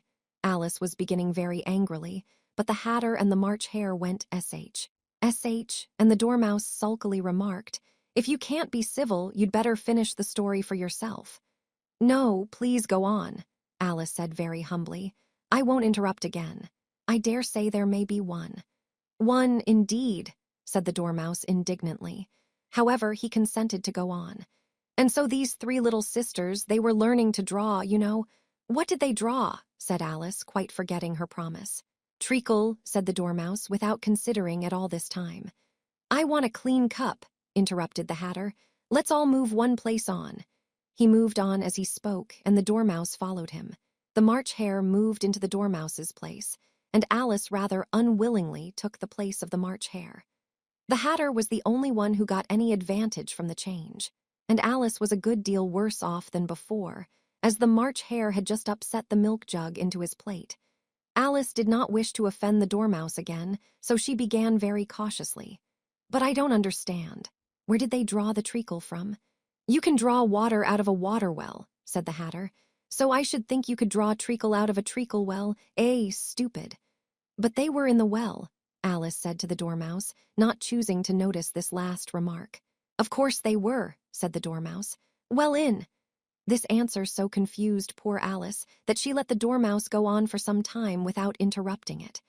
They were learning to draw, the Dormouse went on, yawning and rubbing its eyes, for it was getting very sleepy. And they drew all manner of things, everything that begins with an M. Why with an M? Said Alice. Why not? Said the March Hare. Alice was silent. The Dormouse had closed its eyes by this time and was going off into a doze. But on being pinched by the Hatter, it woke up again with a little shriek and went on. That begins with an M, such as mousetraps and the moon and memory and muchness. You know you say things are much of a muchness. Did you ever see such a thing as a drawing of a muchness? Really, now you ask me, said Alice, very much confused. I don't think. Then you shouldn't talk, said the Hatter. This piece of rudeness was more than Alice could bear. She got up in great disgust and walked off. The Dormouse fell asleep instantly, and neither of the others took the least notice of her going, though she looked back once or twice, half hoping that they would call after her. The last time she saw them, they were trying to put the Dormouse into the teapot. At any rate, I'll never go there again, said Alice as she picked her way through the wood. It's the stupidest tea party I ever was at in all my life. Just as she said this, she noticed that one of the trees had a door leading right into it. That's very curious, she thought, but everything's curious today. I think I may as well go in at once. And in she went. Once more she found herself in the long hall and close to the little glass table. Now I'll manage better this time, she said to herself, and began by taking the little golden key and unlocking the door that led into the garden. Then she went to work nibbling at the mushroom. She had kept a piece of it in her pocket till she was about a foot high. Then she walked down the little passage. And then she found herself at last in the beautiful garden, among the bright flower beds and the cool fountains. Chapter 8. The Queen's croquet ground, a large rose tree, stood near the entrance of the garden. The roses growing on it were white, but there were 3 gardeners at it, busily painting them red. Alice thought this a very curious thing, and she went nearer to watch them, and just as she came up to them she heard one of them say, "Look out now, 5. Don't go splashing paint over me like that." "I couldn't help it," said 5 in a sulky tone. 7 jogged my elbow. On which 7 looked up and said, "That's right, 5. Always lay the blame on others." "You'd better not talk," said 5. "I heard the Queen say only yesterday you deserved to be beheaded." "What for?" said the one who had spoken first. "That's none of your business, too," said 7. "Yes, it is his business," said 5. "And I'll tell him. It was for bringing the cook tulip roots instead of onions." 7 flung down his brush and had just begun, well, of all the unjust things, when his eye chanced to fall upon Alice as she stood watching them, and he checked himself suddenly. The others looked round also, and all of them bowed low. "Would you tell me," said Alice, a little timidly, "why you are painting those roses?" 5 and 7 said nothing, but looked at 2. 2 began in a low voice. "Why, the fact is, you see, miss, this here ought to have been a red rose tree, and we put a white one in by mistake. And if the Queen was to find it out, we should all have our heads cut off, you know. So you see, miss, we're doing our best afore she comes, too." At this moment 5, who had been anxiously looking across the garden, called out, "The Queen! The Queen!" And the 3 gardeners instantly threw themselves flat upon their faces. There was a sound of many footsteps, and Alice looked round, eager to see the Queen. First came 10 soldiers carrying clubs. These were all shaped like the 3 gardeners, oblong and flat, with their hands and feet at the corners. Next the 10 courtiers. These were ornamented all over with diamonds, and walked 2 and 2, as the soldiers did. After these came the royal children. There were 10 of them, and the little dears came jumping merrily along hand in hand, in couples. They were all ornamented with hearts. Next came the guests, mostly kings and queens, and among them Alice recognized the White Rabbit. It was talking in a hurried, nervous manner, smiling at everything that was said, and went by without noticing her. Then followed the Knave of Hearts, carrying the king's crown on a crimson velvet cushion. And last of all this grand procession came the king and queen of Hearts. Alice was rather doubtful whether she ought not to lie down on her face like the 3 gardeners, but she could not remember ever having heard of such a rule at processions. And besides, what would be the use of a procession, thought she, if people had all to lie down upon their faces so that they couldn't see it? So she stood still where she was and waited. When the procession came opposite to Alice, they all stopped and looked at her, and the Queen said severely, "Who is this?" She said it to the Knave of Hearts, who only bowed and smiled in reply. "Idiot," said the Queen, tossing her head impatiently, and turning to Alice she went on, "What's your name, child?" "My name is Alice, so please your Majesty," said Alice very politely. But she added to herself, "Why, they're only a pack of cards, after all. I needn't be afraid of them." "And who are these?" said the queen, pointing to the 3 gardeners who were lying round the rose tree. For, you see, as they were lying on their faces, and the pattern on their backs was the same as the rest of the pack, she could not tell whether they were gardeners, or soldiers, or courtiers, or 3 of her own children. "How should I know?" said Alice, surprised at her own courage. "It's no business of mine." The queen turned crimson with fury, and after glaring at her for a moment like a wild beast, screamed off with her head. "Off, nonsense," said Alice, very loudly and decidedly, and the queen was silent. The king laid his hand upon her arm and timidly said, "Consider, my dear, she is only a child." The queen turned angrily away from him and said to the knave, "Turn them over." The knave did so, very carefully, with 1 foot. "Get up," said the queen in a shrill, loud voice, and the 3 gardeners instantly jumped up and began bowing to the king, the queen, the royal children, and everybody else. "Leave off that," screamed the queen. "You make me giddy." And then, turning to the rose tree, she went on, "What have you been doing here?" "May it please your majesty," said 2, in a very humble tone, going down on 1 knee as he spoke. "We were trying—" "I see," said the queen, who had meanwhile been examining the roses. "Off with their heads." And the procession moved on, 3 of the soldiers remaining behind to execute the unfortunate gardeners, who ran to Alice for protection. "You shan't be beheaded," said Alice, and she put them into a large flower pot that stood near. The 3 soldiers wandered about for a minute or 2, looking for them, and then quietly marched off after the others. "Are their heads off?" shouted the queen. "Their heads are gone, if it please your majesty," the soldiers shouted in reply. "That's right," shouted the queen. "Can you play croquet?" The soldiers were silent and looked at Alice as the question was evidently meant for her. "Yes," shouted Alice. "Come on, then," roared the queen, and Alice joined the procession, wondering very much what would happen next. It's a very fine day," said a timid voice at her side. She was walking by the white rabbit, who was peeping anxiously into her face. "Very," said Alice.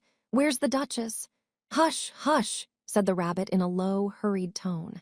He looked anxiously over his shoulder as he spoke, and then raised himself upon tiptoe, put his mouth close to her ear, and whispered, "She's under sentence of execution." "What for?" said Alice. "Did you say, 'What a pity'?" the rabbit asked. "No, I didn't," said Alice. "I don't think it's at all a pity. I said, 'What for?'" "She boxed the queen's ears," the rabbit began. Alice gave a little scream of laughter. "Oh, hush," the rabbit whispered in a frightened tone. "The queen will hear you. You see, she came rather late, and the queen said, 'Get to your places,'" shouted the queen in a voice of thunder, and people began running about in all directions, tumbling up against each other. However, they got settled down in a minute or 2, and the game began. Alice thought she had never seen such a curious croquet ground in her life. It was all ridges and furrows. The balls were live hedgehogs, the mallets live flamingos, and the soldiers had to double themselves up and to stand on their hands and feet to make the arches. The chief difficulty Alice found at first was in managing her flamingo. She succeeded in getting its body tucked away, comfortably enough under her arm, with its legs hanging down. But generally, just as she had got its neck nicely straightened out, and was going to give the hedgehog a blow with its head, it would twist itself round and look up in her face, with such a puzzled expression that she could not help bursting out laughing. And when she had got its head down, and was going to begin again, it was very provoking to find that the hedgehog had unrolled itself, and was in the act of crawling away. Besides all this, there was generally a ridge or furrow in the way wherever she wanted to send the hedgehog to. And, as the doubled-up soldiers were always getting up and walking off to other parts of the ground, Alice soon came to the conclusion that it was a very difficult game indeed. The players all played at once without waiting for turns, quarreling all the while and fighting for the hedgehogs, and in a very short time the queen was in a furious passion and went stamping about and shouting "Off with his head," or "Off with her head," about once in a minute. Alice began to feel very uneasy. To be sure, she had not as yet had any dispute with the queen, but she knew that it might happen any minute. And then, thought she, what would become of me? They're dreadfully fond of beheading people here. The great wonder is that there's anyone left alive.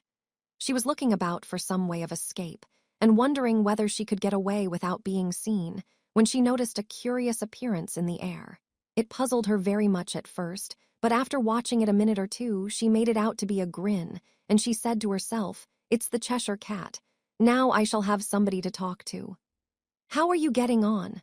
said the cat, as soon as there was mouth enough for it to speak with. Alice waited till the eyes appeared, and then nodded. "It's no use speaking to it," she thought, "till its ears have come, or at least one of them." In another minute the whole head appeared, and then Alice put down her flamingo and began an account of the game, feeling very glad she had someone to listen to her. The cat seemed to think that there was enough of it now in sight, and no more of it appeared. "I don't think they play at all fairly," Alice began, in rather a complaining tone, "and they all quarrel so dreadfully one can't hear oneself speak, and they don't seem to have any rules in particular. At least, if there are, nobody attends to them, and you've no idea how confusing it is all the things being alive. For instance, there's the arch I've got to go through next walking about at the other end of the ground, and I should have croqueted the Queen's hedgehog just now, only it ran away when it saw mine coming." "How do you like the Queen?" said the cat in a low voice. "Not at all," said Alice. "She's so extremely—" Just then she noticed that the Queen was close behind her, listening, so she went on, "likely to win that it's hardly worth while finishing the game." The Queen smiled and passed on. "Who are you talking to?" said the King, going up to Alice and looking at the cat's head with great curiosity. "It's a friend of mine, a Cheshire Cat," said Alice. "Allow me to introduce it." "I don't like the look of it at all," said the King. "However, it may kiss my hand if it likes." "I'd rather not," the cat remarked. "Don't be impertinent," said the King, "and don't look at me like that."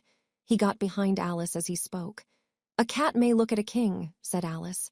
"I've read that in some book, but I don't remember where." "Well, it must be removed," said the King very decidedly, and he called the Queen, who was passing at the moment, "My dear, I wish you would have this cat removed." The Queen had only one way of settling all difficulties, great or small. "Off with his head," she said, without even looking round. "I'll fetch the executioner myself," said the King eagerly, and he hurried off. Alice thought she might as well go back and see how the game was going on as she heard the Queen's voice in the distance, screaming with passion. She had already heard her sentence 3 of the players to be executed for having missed their turns, and she did not like the look of things at all, as the game was in such confusion that she never knew whether it was her turn or not. So she went in search of her hedgehog. The hedgehog was engaged in a fight with another hedgehog, which seemed to Alice an excellent opportunity for croqueting one of them with the other. The only difficulty was that her flamingo was gone across to the other side of the garden, where Alice could see it trying in a helpless sort of way to fly up into a tree. By the time she had caught the flamingo and brought it back, the fight was over, and both the hedgehogs were out of sight. "But it doesn't matter much," thought Alice, "as all the arches are gone from this side of the ground." So she tucked it away under her arm that it might not escape again, and went back for a little more conversation with her friend. When she got back to the Cheshire Cat, she was surprised to find quite a large crowd collected round it. There was a dispute going on between the executioner, the King, and the Queen, who were all talking at once, while all the rest were quite silent and looked very uncomfortable. The moment Alice appeared, she was appealed to by all 3 to settle the question, and they repeated their arguments to her, though, as they all spoke at once, she found it very hard indeed to make out exactly what they said. The executioner's argument was that you couldn't cut off a head unless there was a body to cut it off from, that he had never had to do such a thing before, and he wasn't going to begin at his time of life. The King's argument was that anything that had a head could be beheaded, and that you weren't to talk nonsense. The Queen's argument was that if something wasn't done about it in less than no time, she'd have everybody executed, all round. It was this last remark that had made the whole party look so grave and anxious. Alice could think of nothing else to say, but "It belongs to the Duchess. You'd better ask her about it." "She's in prison," the Queen said to the executioner. "Fetch her here." And the executioner went off like an arrow. The cat's head began fading away the moment he was gone, and by the time he had come back with the Duchess, it had entirely disappeared. So the King and the executioner ran wildly up and down looking for it, while the rest of the party went back to the game. Chapter 9. The Mock Turtle's Story. "You can't think how glad I am to see you again, you dear old thing," said the Duchess, as she tucked her arm affectionately into Alice's and they walked off together. Alice was very glad to find her in such a pleasant temper, and thought to herself that perhaps it was only the pepper that had made her so savage when they met in the kitchen. "When I'm a duchess," she said to herself, not in a very hopeful tone though, "I won't have any pepper in my kitchen at all. Soup does very well without, maybe it's always pepper that makes people hot-tempered," she went on, very much pleased at having found out a new kind of rule. "And vinegar that makes them sour, and chamomile that makes them bitter, and barley sugar and such things that make children sweet-tempered. I only wish people knew that. Then they wouldn't be so stingy about it, you know." She had quite forgotten the Duchess by this time, and was a little startled when she heard her voice close to her ear. "You're thinking about something, my dear, and that makes you forget to talk. I can't tell you just now what the moral of that is, but I shall remember it in a bit." "Perhaps it hasn't one," Alice ventured to remark. "Tut, tut, child," said the Duchess. "Everything's got a moral if only you can find it." And she squeezed herself up closer to Alice's side as she spoke. Alice did not much like keeping so close to her. First, because the Duchess was very ugly. And secondly, because she was exactly the right height to rest her chin upon Alice's shoulder, and it was an uncomfortably sharp chin. However, she did not like to be rude, so she bore it as well as she could. "The game's going on rather better now," she said, by way of keeping up the conversation a little. "'Tis so," said the Duchess. "And the moral of that is, oh, 'tis love, that makes the world go round." "Somebody said," Alice whispered, "that it's done by everybody minding their own business." "Ah, well, it means much the same thing," said the Duchess, digging her sharp little chin into Alice's shoulder as she added, "and the moral of that is take care of the sense, and the sounds will take care of themselves." How fond she is of finding morals in things, Alice thought to herself. "I dare say you're wondering why I don't put my arm round your waist," the Duchess said after a pause. "The reason is that I'm doubtful about the temper of your flamingo. Shall I try the experiment?" "He might bite," Alice cautiously replied, not feeling at all anxious to have the experiment tried. "Very true," said the Duchess. "Flamingos and mustard both bite, and the moral of that is birds of a feather flock together." "Only mustard isn't a bird," Alice remarked. "Right, as usual," said the Duchess. "What a clear way you have of putting things." "It's a mineral, I think," said Alice. "Of course it is," said the Duchess, who seemed ready to agree to everything that Alice said. "There's a large mustard mine near here, and the moral of that is, the more there is of mine, the less there is of yours." "Oh, I know," exclaimed Alice, who had not attended to this last remark. "It's a vegetable. It doesn't look like one, but it is." "I quite agree with you," said the Duchess. "And the moral of that is, be what you would seem to be, or if you'd like it put more simply, never imagine yourself not to be otherwise than what it might appear to others that what you were or might have been was not otherwise than what you had been would have appeared to them to be otherwise."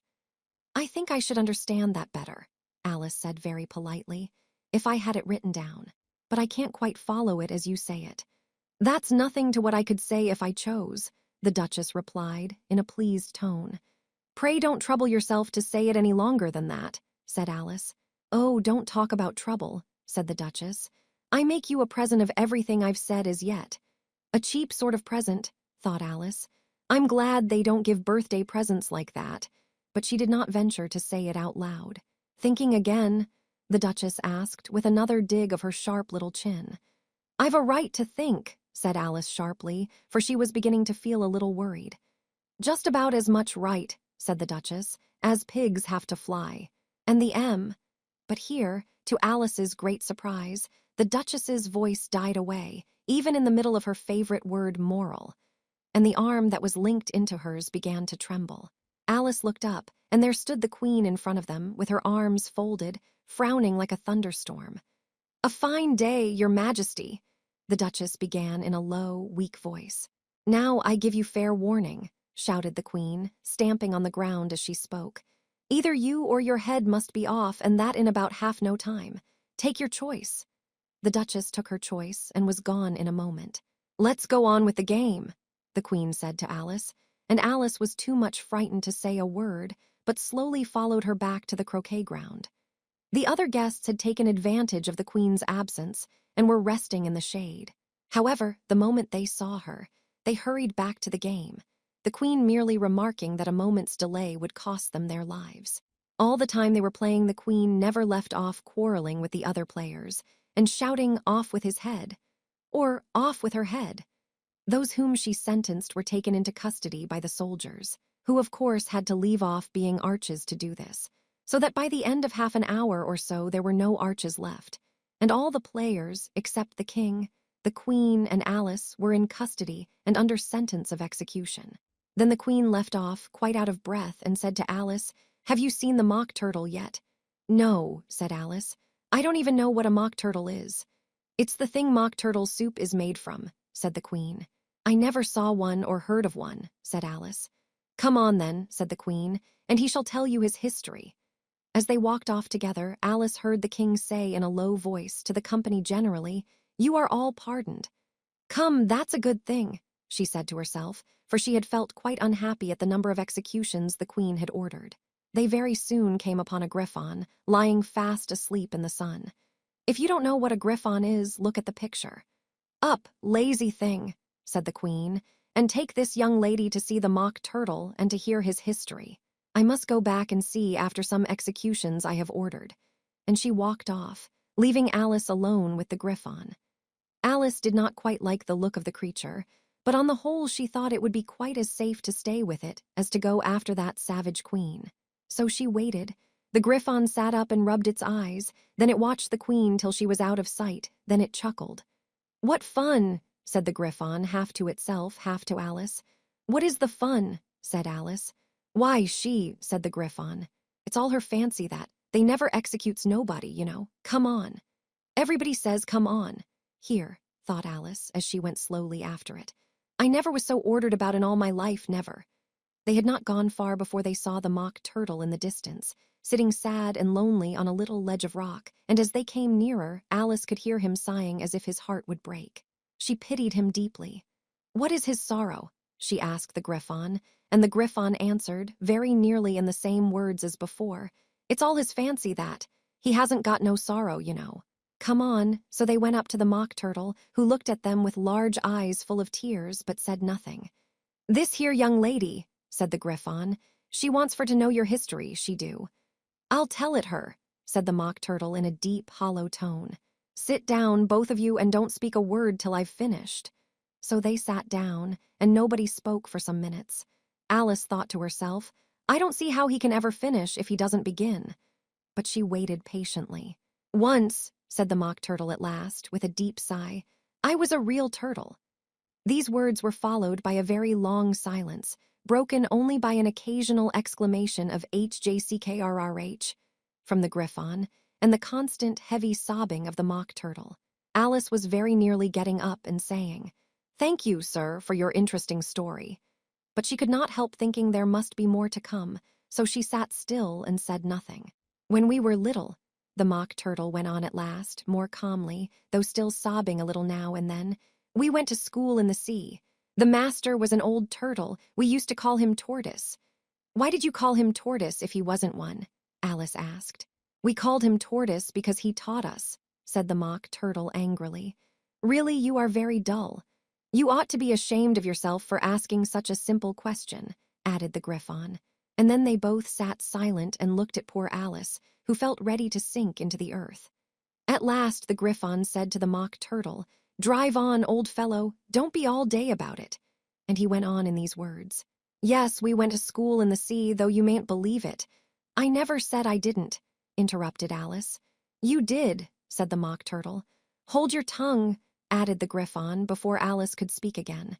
The mock turtle went on. "We had the best of educations. In fact, we went to school every day." "I've been to a day school, too," said Alice. "You needn't be so proud as all that." "With extras?" asked the mock turtle a little anxiously. "Yes," said Alice, "we learned French and music." "And washing," said the mock turtle. "Certainly not," said Alice indignantly. "Ah, then yours wasn't a really good school," said the mock turtle in a tone of great relief. Now at ours they had at the end of the bill, French, music, and washing extra. "You couldn't have wanted it much," said Alice, "living at the bottom of the sea."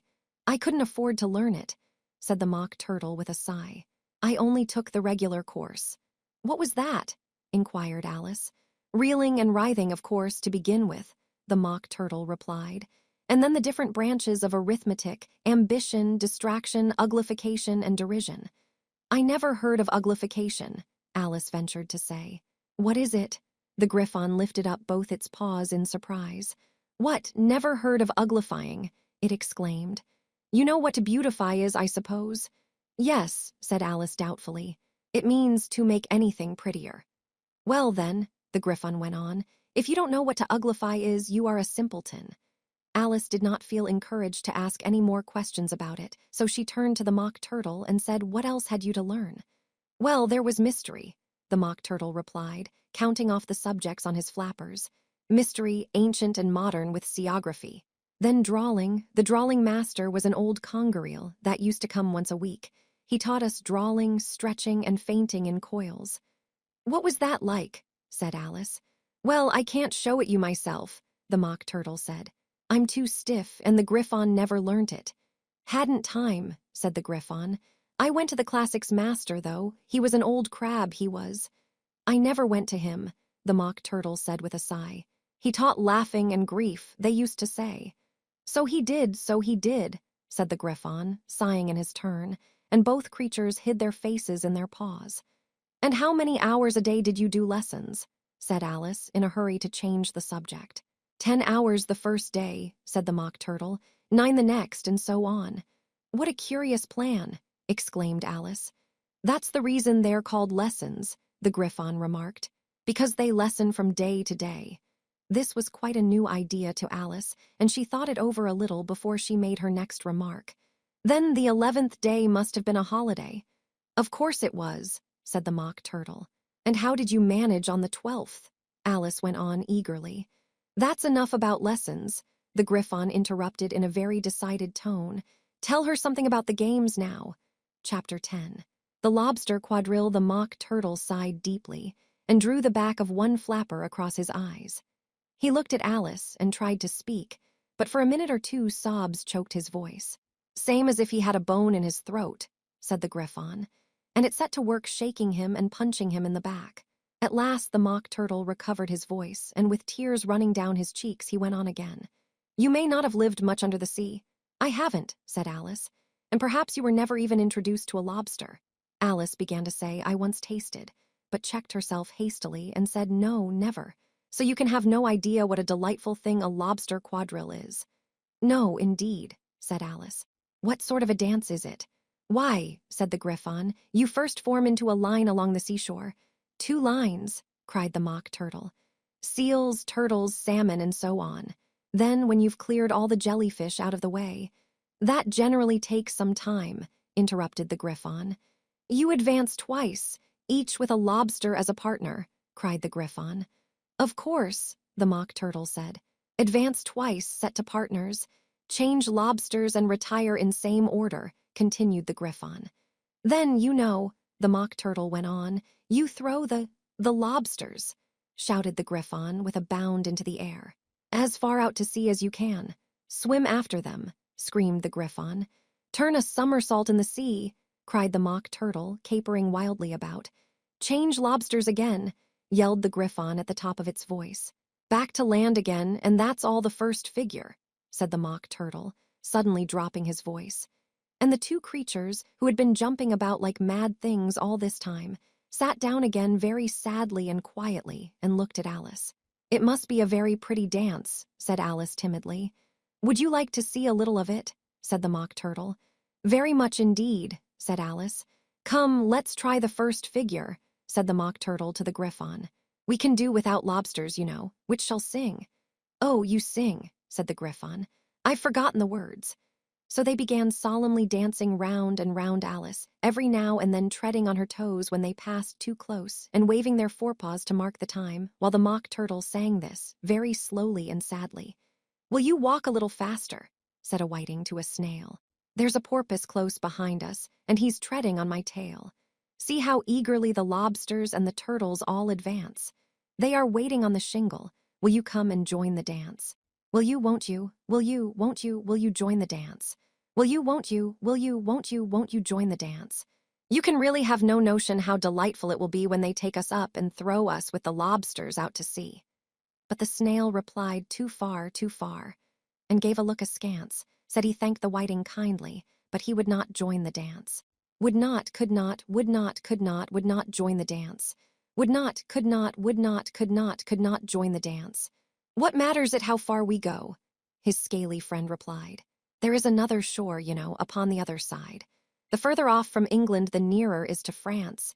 Then turn not pale, beloved snail, but come and join the dance.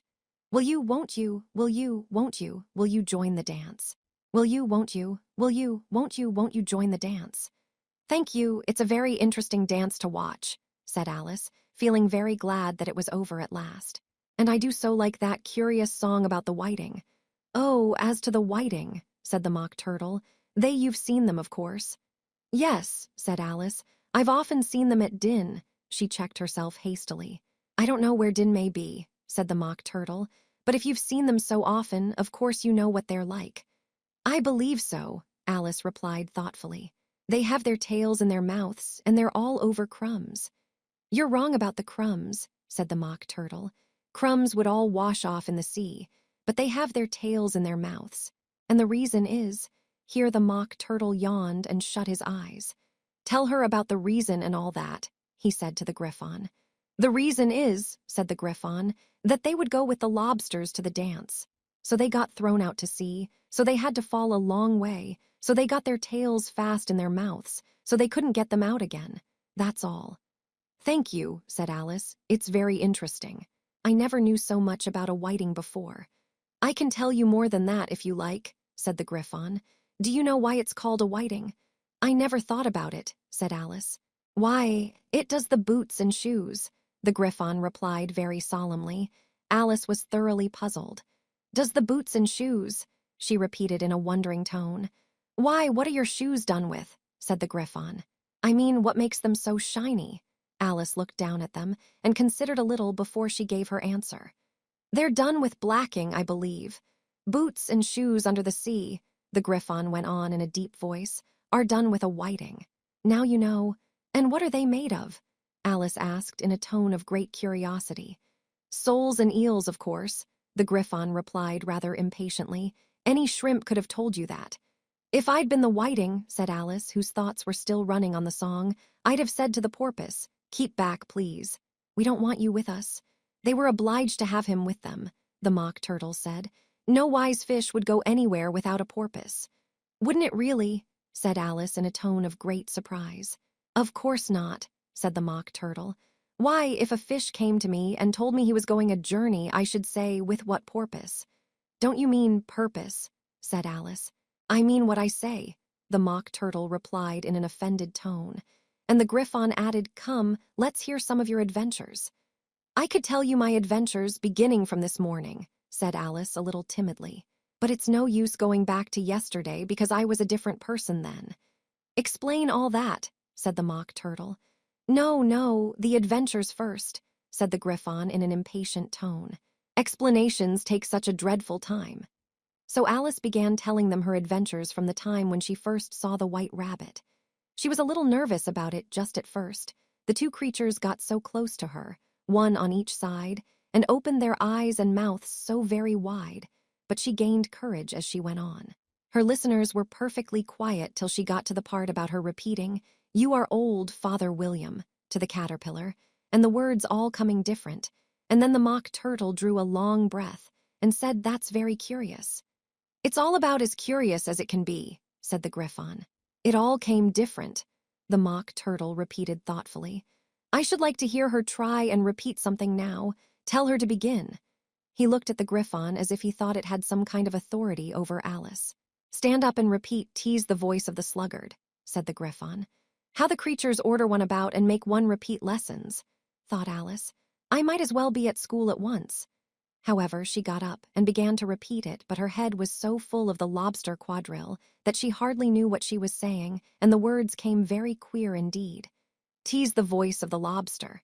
I heard him declare, 'You have baked me too brown, I must sugar my hair.' As a duck with its eyelids, so he with his nose trims his belt and his buttons, and turns out his toes."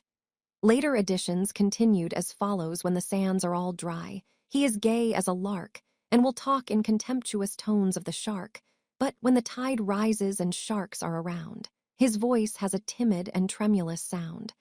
"That's different from what I used to say when I was a child," said the Griffon.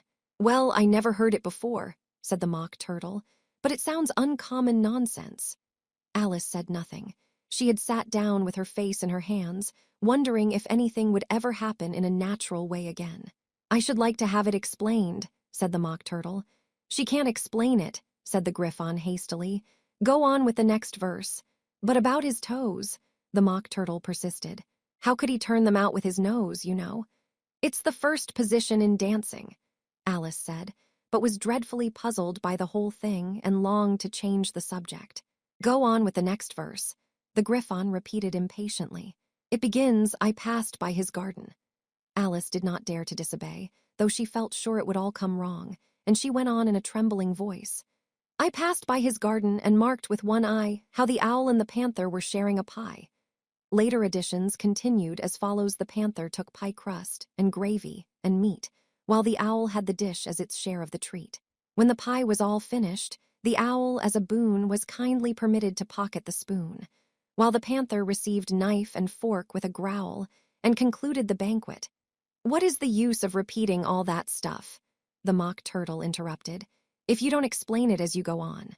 It's by far the most confusing thing I ever heard." "Yes, I think you'd better leave off," said the Griffon, and Alice was only too glad to do so. "Shall we try another figure of the lobster quadrille?" the Griffon went on. "Or would you like the Mock Turtle to sing you a song?" "Oh, a song, please, if the Mock Turtle would be so kind," Alice replied, so eagerly that the Griffon said, in a rather offended tone, "No accounting for tastes. Sing her turtle soup, will you, old fellow?"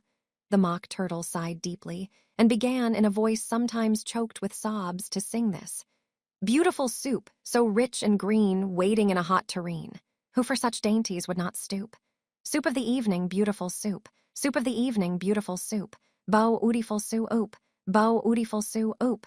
Soo oop of the evening, beautiful, beautiful soup. Beautiful soup. Who cares for fish, game, or any other dish? Who would not give all else for 2 pennyworth only of beautiful soup? Pennyworth only of beautiful soup. Bow ootiful soo oop. Bow ootiful soo oop. Soo oop of the evening, beautiful beauty ful soup." "Chorus again!" cried the Griffon, and the Mock Turtle had just begun to repeat it when a cry of "the trial's beginning" was heard in the distance. "Come on!" cried the Griffon, and taking Alice by the hand, it hurried off without waiting for the end of the song. "What trial is it?" Alice panted as she ran, but the Griffon only answered, "Come on," and ran the faster, while more and more faintly came, carried on the breeze that followed them, the melancholy words, "Soo oop of the evening, beautiful, beautiful soup." Chapter 11. Who Stole the Tarts? The King and Queen of Hearts were seated on their throne when they arrived, with a great crowd assembled about them, all sorts of little birds and beasts, as well as the whole pack of cards. The knave was standing before them, in chains, with a soldier on each side to guard him. And near the king was the White Rabbit, with a trumpet in one hand and a scroll of parchment in the other. In the very middle of the court was a table, with a large dish of tarts upon it. They looked so good that it made Alice quite hungry to look at them. "I wish they'd get the trial done," she thought, "and hand round the refreshments." But there seemed to be no chance of this, so she began looking at everything about her to pass away the time. Alice had never been in a court of justice before, but she had read about them in books, and she was quite pleased to find that she knew the name of nearly everything there. "That's the judge," she said to herself, "because of his great wig." The judge, by the way, was the king, and as he wore his crown over the wig, look at the frontispiece if you want to see how he did it. He did not look at all comfortable, and it was certainly not becoming. "And that's the jury box," thought Alice, "and those 12 creatures." She was obliged to say creatures, you see, because some of them were animals and some were birds. "I suppose they are the jurors." She said this last word 2 or 3 times over to herself, being rather proud of it, for she thought, and rightly too, that very few little girls of her age knew the meaning of it at all. However, jurymen would have done just as well. The 12 jurors were all writing very busily on slates. "What are they doing?" Alice whispered to the Griffon. "They can't have anything to put down yet before the trial's begun." "They're putting down their names," the Griffon whispered in reply, "for fear they should forget them before the end of the trial." "Stupid things," Alice began in a loud, indignant voice, but she stopped hastily, for the White Rabbit cried out, "Silence in the court!" And the king put on his spectacles and looked anxiously round to make out who was talking.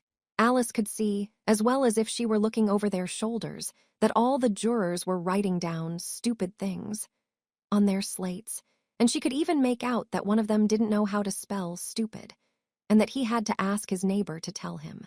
"A nice muddle their slates'll be in before the trial's over," thought Alice. One of the jurors had a pencil that squeaked. This, of course, Alice could not stand, and she went round the court and got behind him, and very soon found an opportunity of taking it away. She did it so quickly that the poor little juror, it was Bill, the lizard, could not make out at all what had become of it.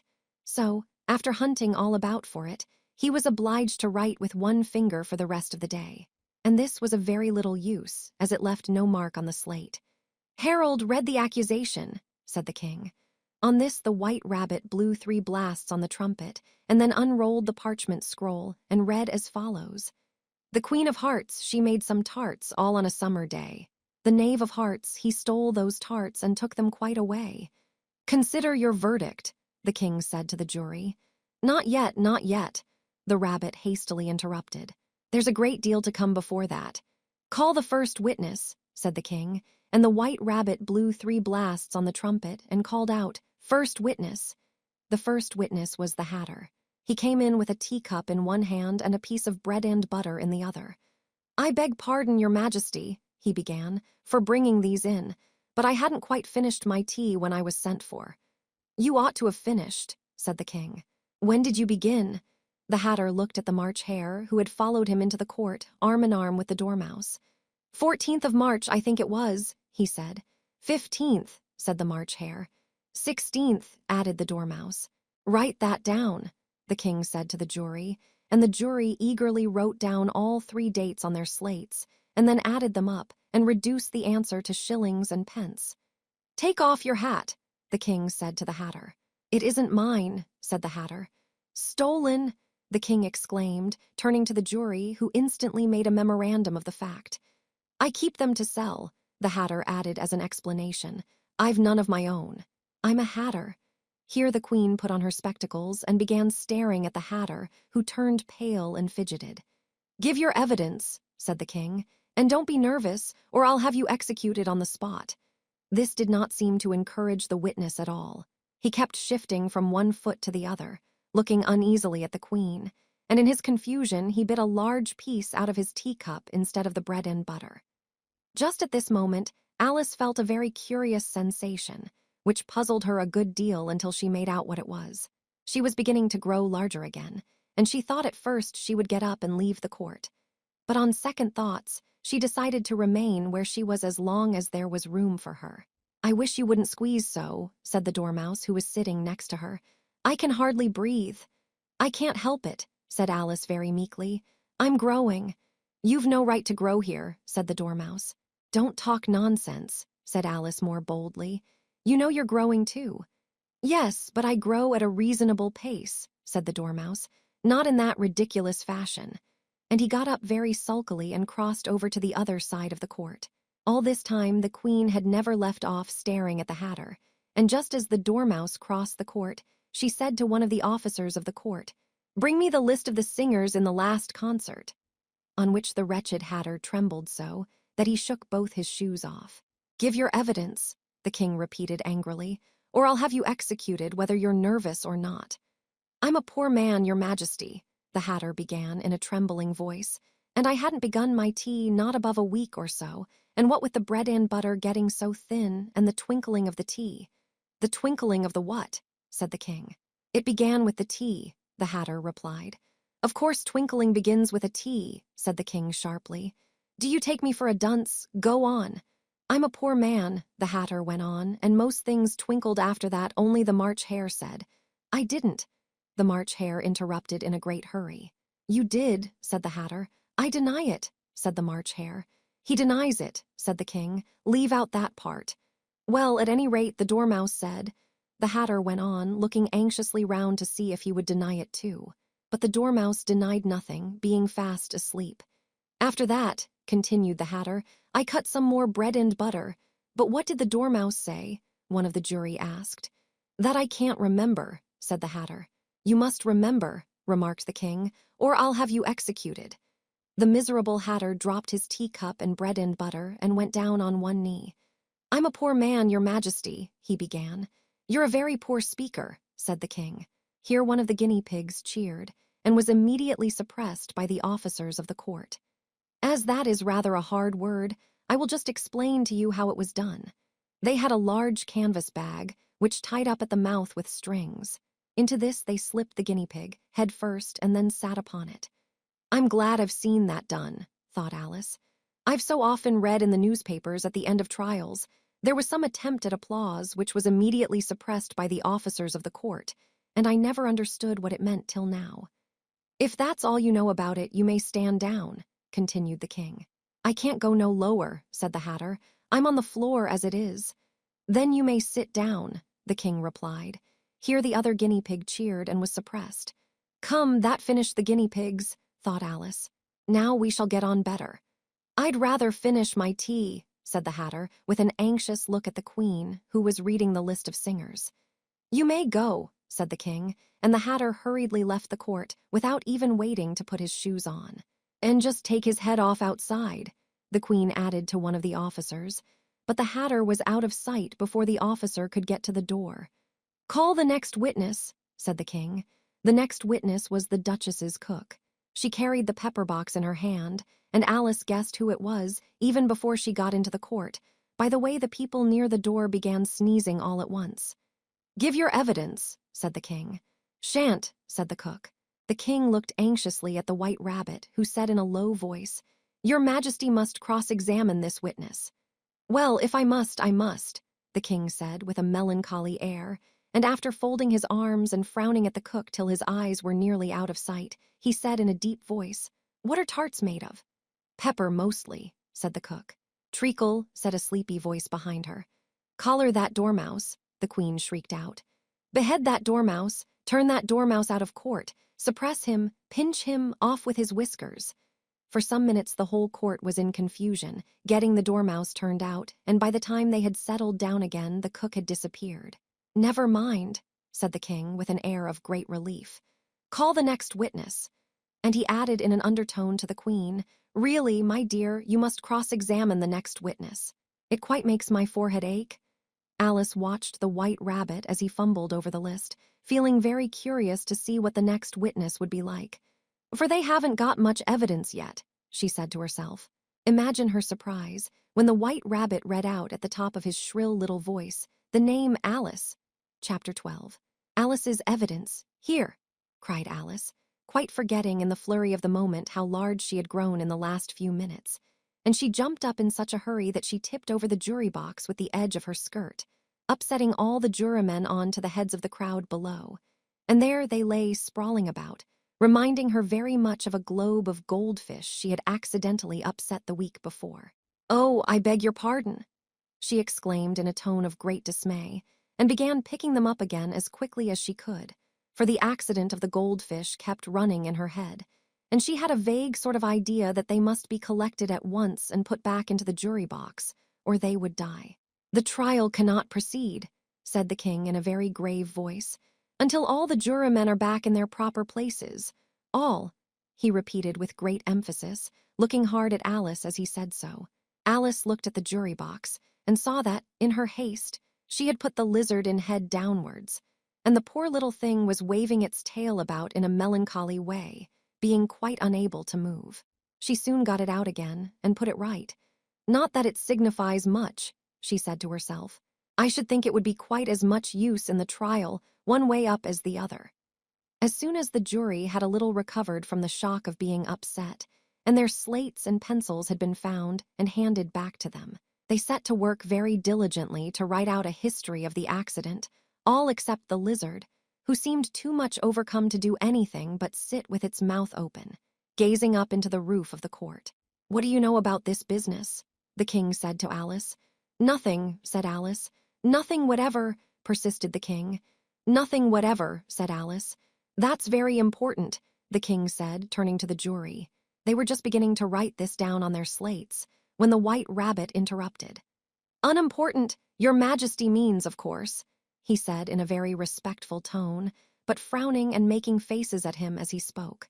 Unimportant, of course, I meant, the king hastily said, and went on to himself in an undertone, important, unimportant, unimportant, important, as if he were trying which word sounded best. Some of the jury wrote it down important, and some unimportant. Alice could see this, as she was near enough to look over their slates. But it doesn't matter a bit, she thought to herself. At this moment the king, who had been for some time busily writing in his notebook, cackled out silence, and read out from his book, Rule 42, all persons more than a mile high to leave the court. Everybody looked at Alice. I'm not a mile high, said Alice. You are, said the king.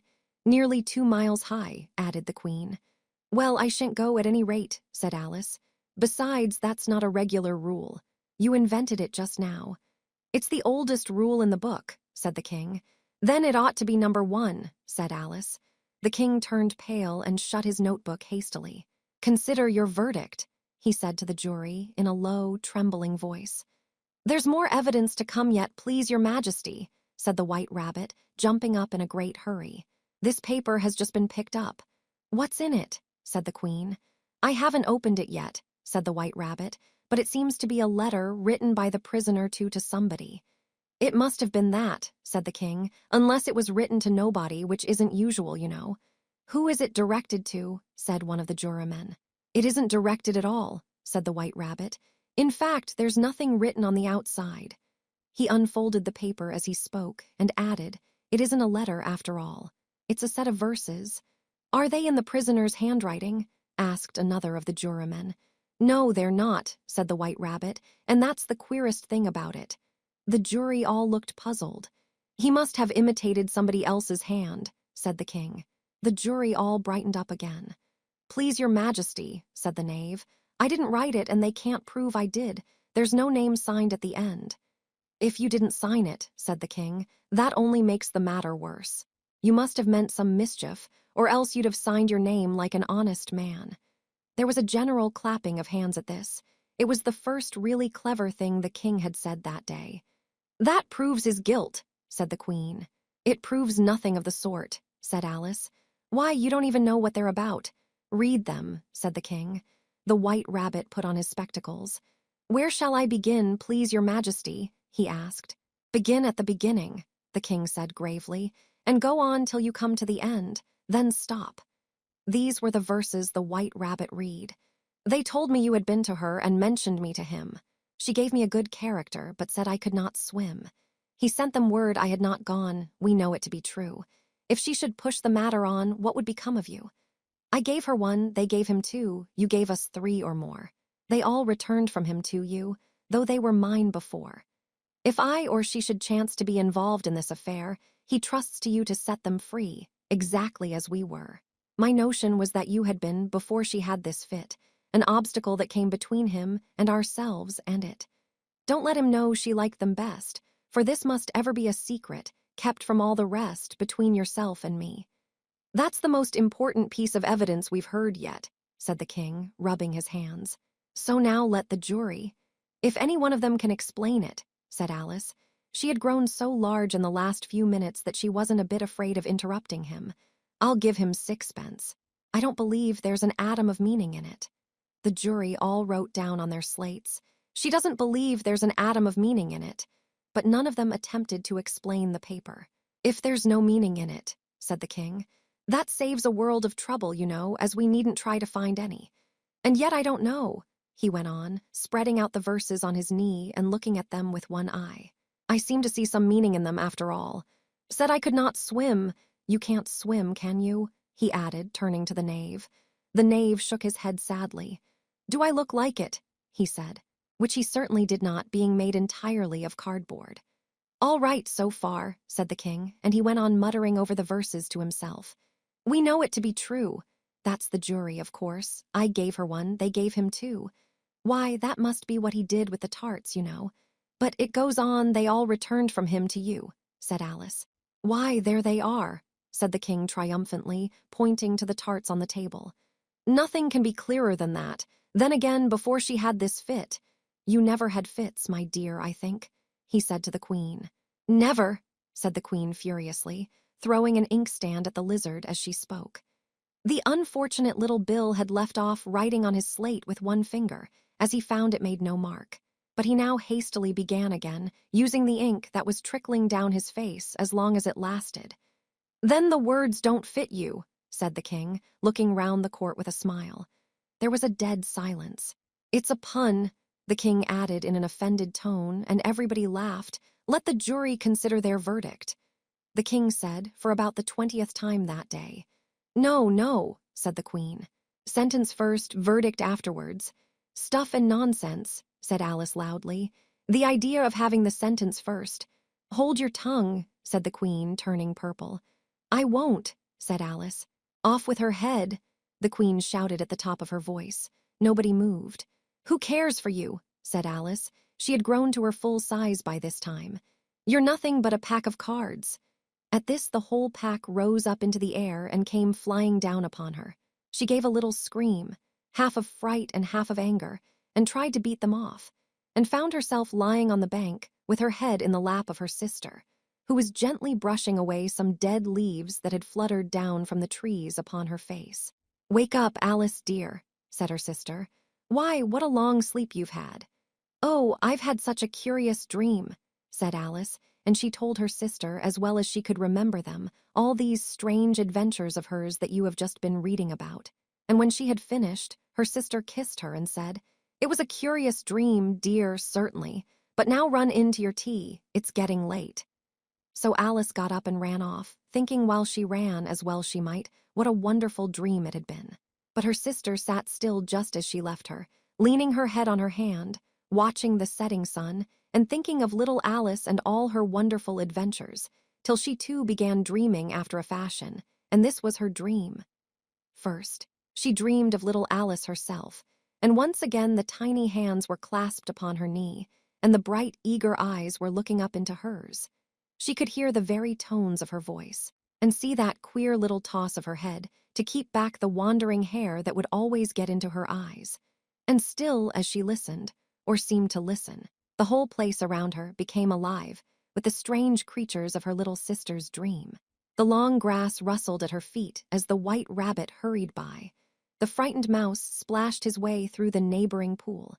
She could hear the rattle of the teacups as the March Hare and his friends shared their never-ending meal, and the shrill voice of the queen ordering off her unfortunate guests to execution. Once more the pig baby was sneezing on the Duchess's knee, while plates and dishes crashed around it. Once more the shriek of the griffon, the squeaking of the lizard's slate pencil, and the choking of the suppressed guinea pigs filled the air, mixed up with the distant sobs of the miserable mock turtle. So she sat on, with closed eyes, and half believed herself in Wonderland, though she knew she had but to open them again, and all would change to dull reality. The grass would be only rustling in the wind, and the pool rippling to the waving of the reeds. The rattling teacups would change to tinkling sheep bells, and the queen's shrill cries to the voice of the shepherd boy, and the sneeze of the baby, the shriek of the griffon, and all the other queer noises, would change, she knew, to the confused clamor of the busy farmyard, while the lowing of the cattle in the distance would take the place of the mock turtle's heavy sobs. Lastly, she pictured to herself how this same little sister of hers would, in the aftertime, be herself a grown woman, and how she would keep, through all her riper years, the simple and loving heart of her childhood, and how she would gather about her other little children, and make their eyes bright and eager with many a strange tale, perhaps even with the dream of Wonderland of long ago, and how she would feel with all their simple sorrows, and find a pleasure in all their simple joys, remembering her own child life and the happy summer days. The end. Thank you for listening. If you enjoyed this story, don't forget to follow the reading lantern and let its light guide you to your next great tale.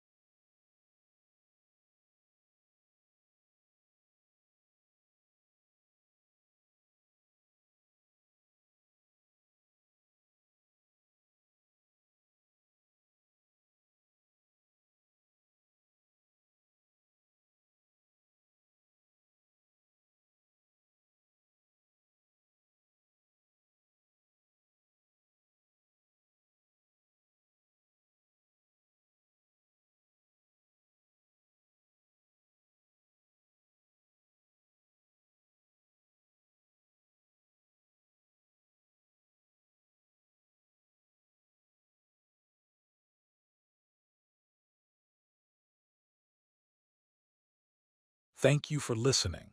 If you enjoyed this story, don't forget to follow the reading lantern and let its light guide you to your next great tale.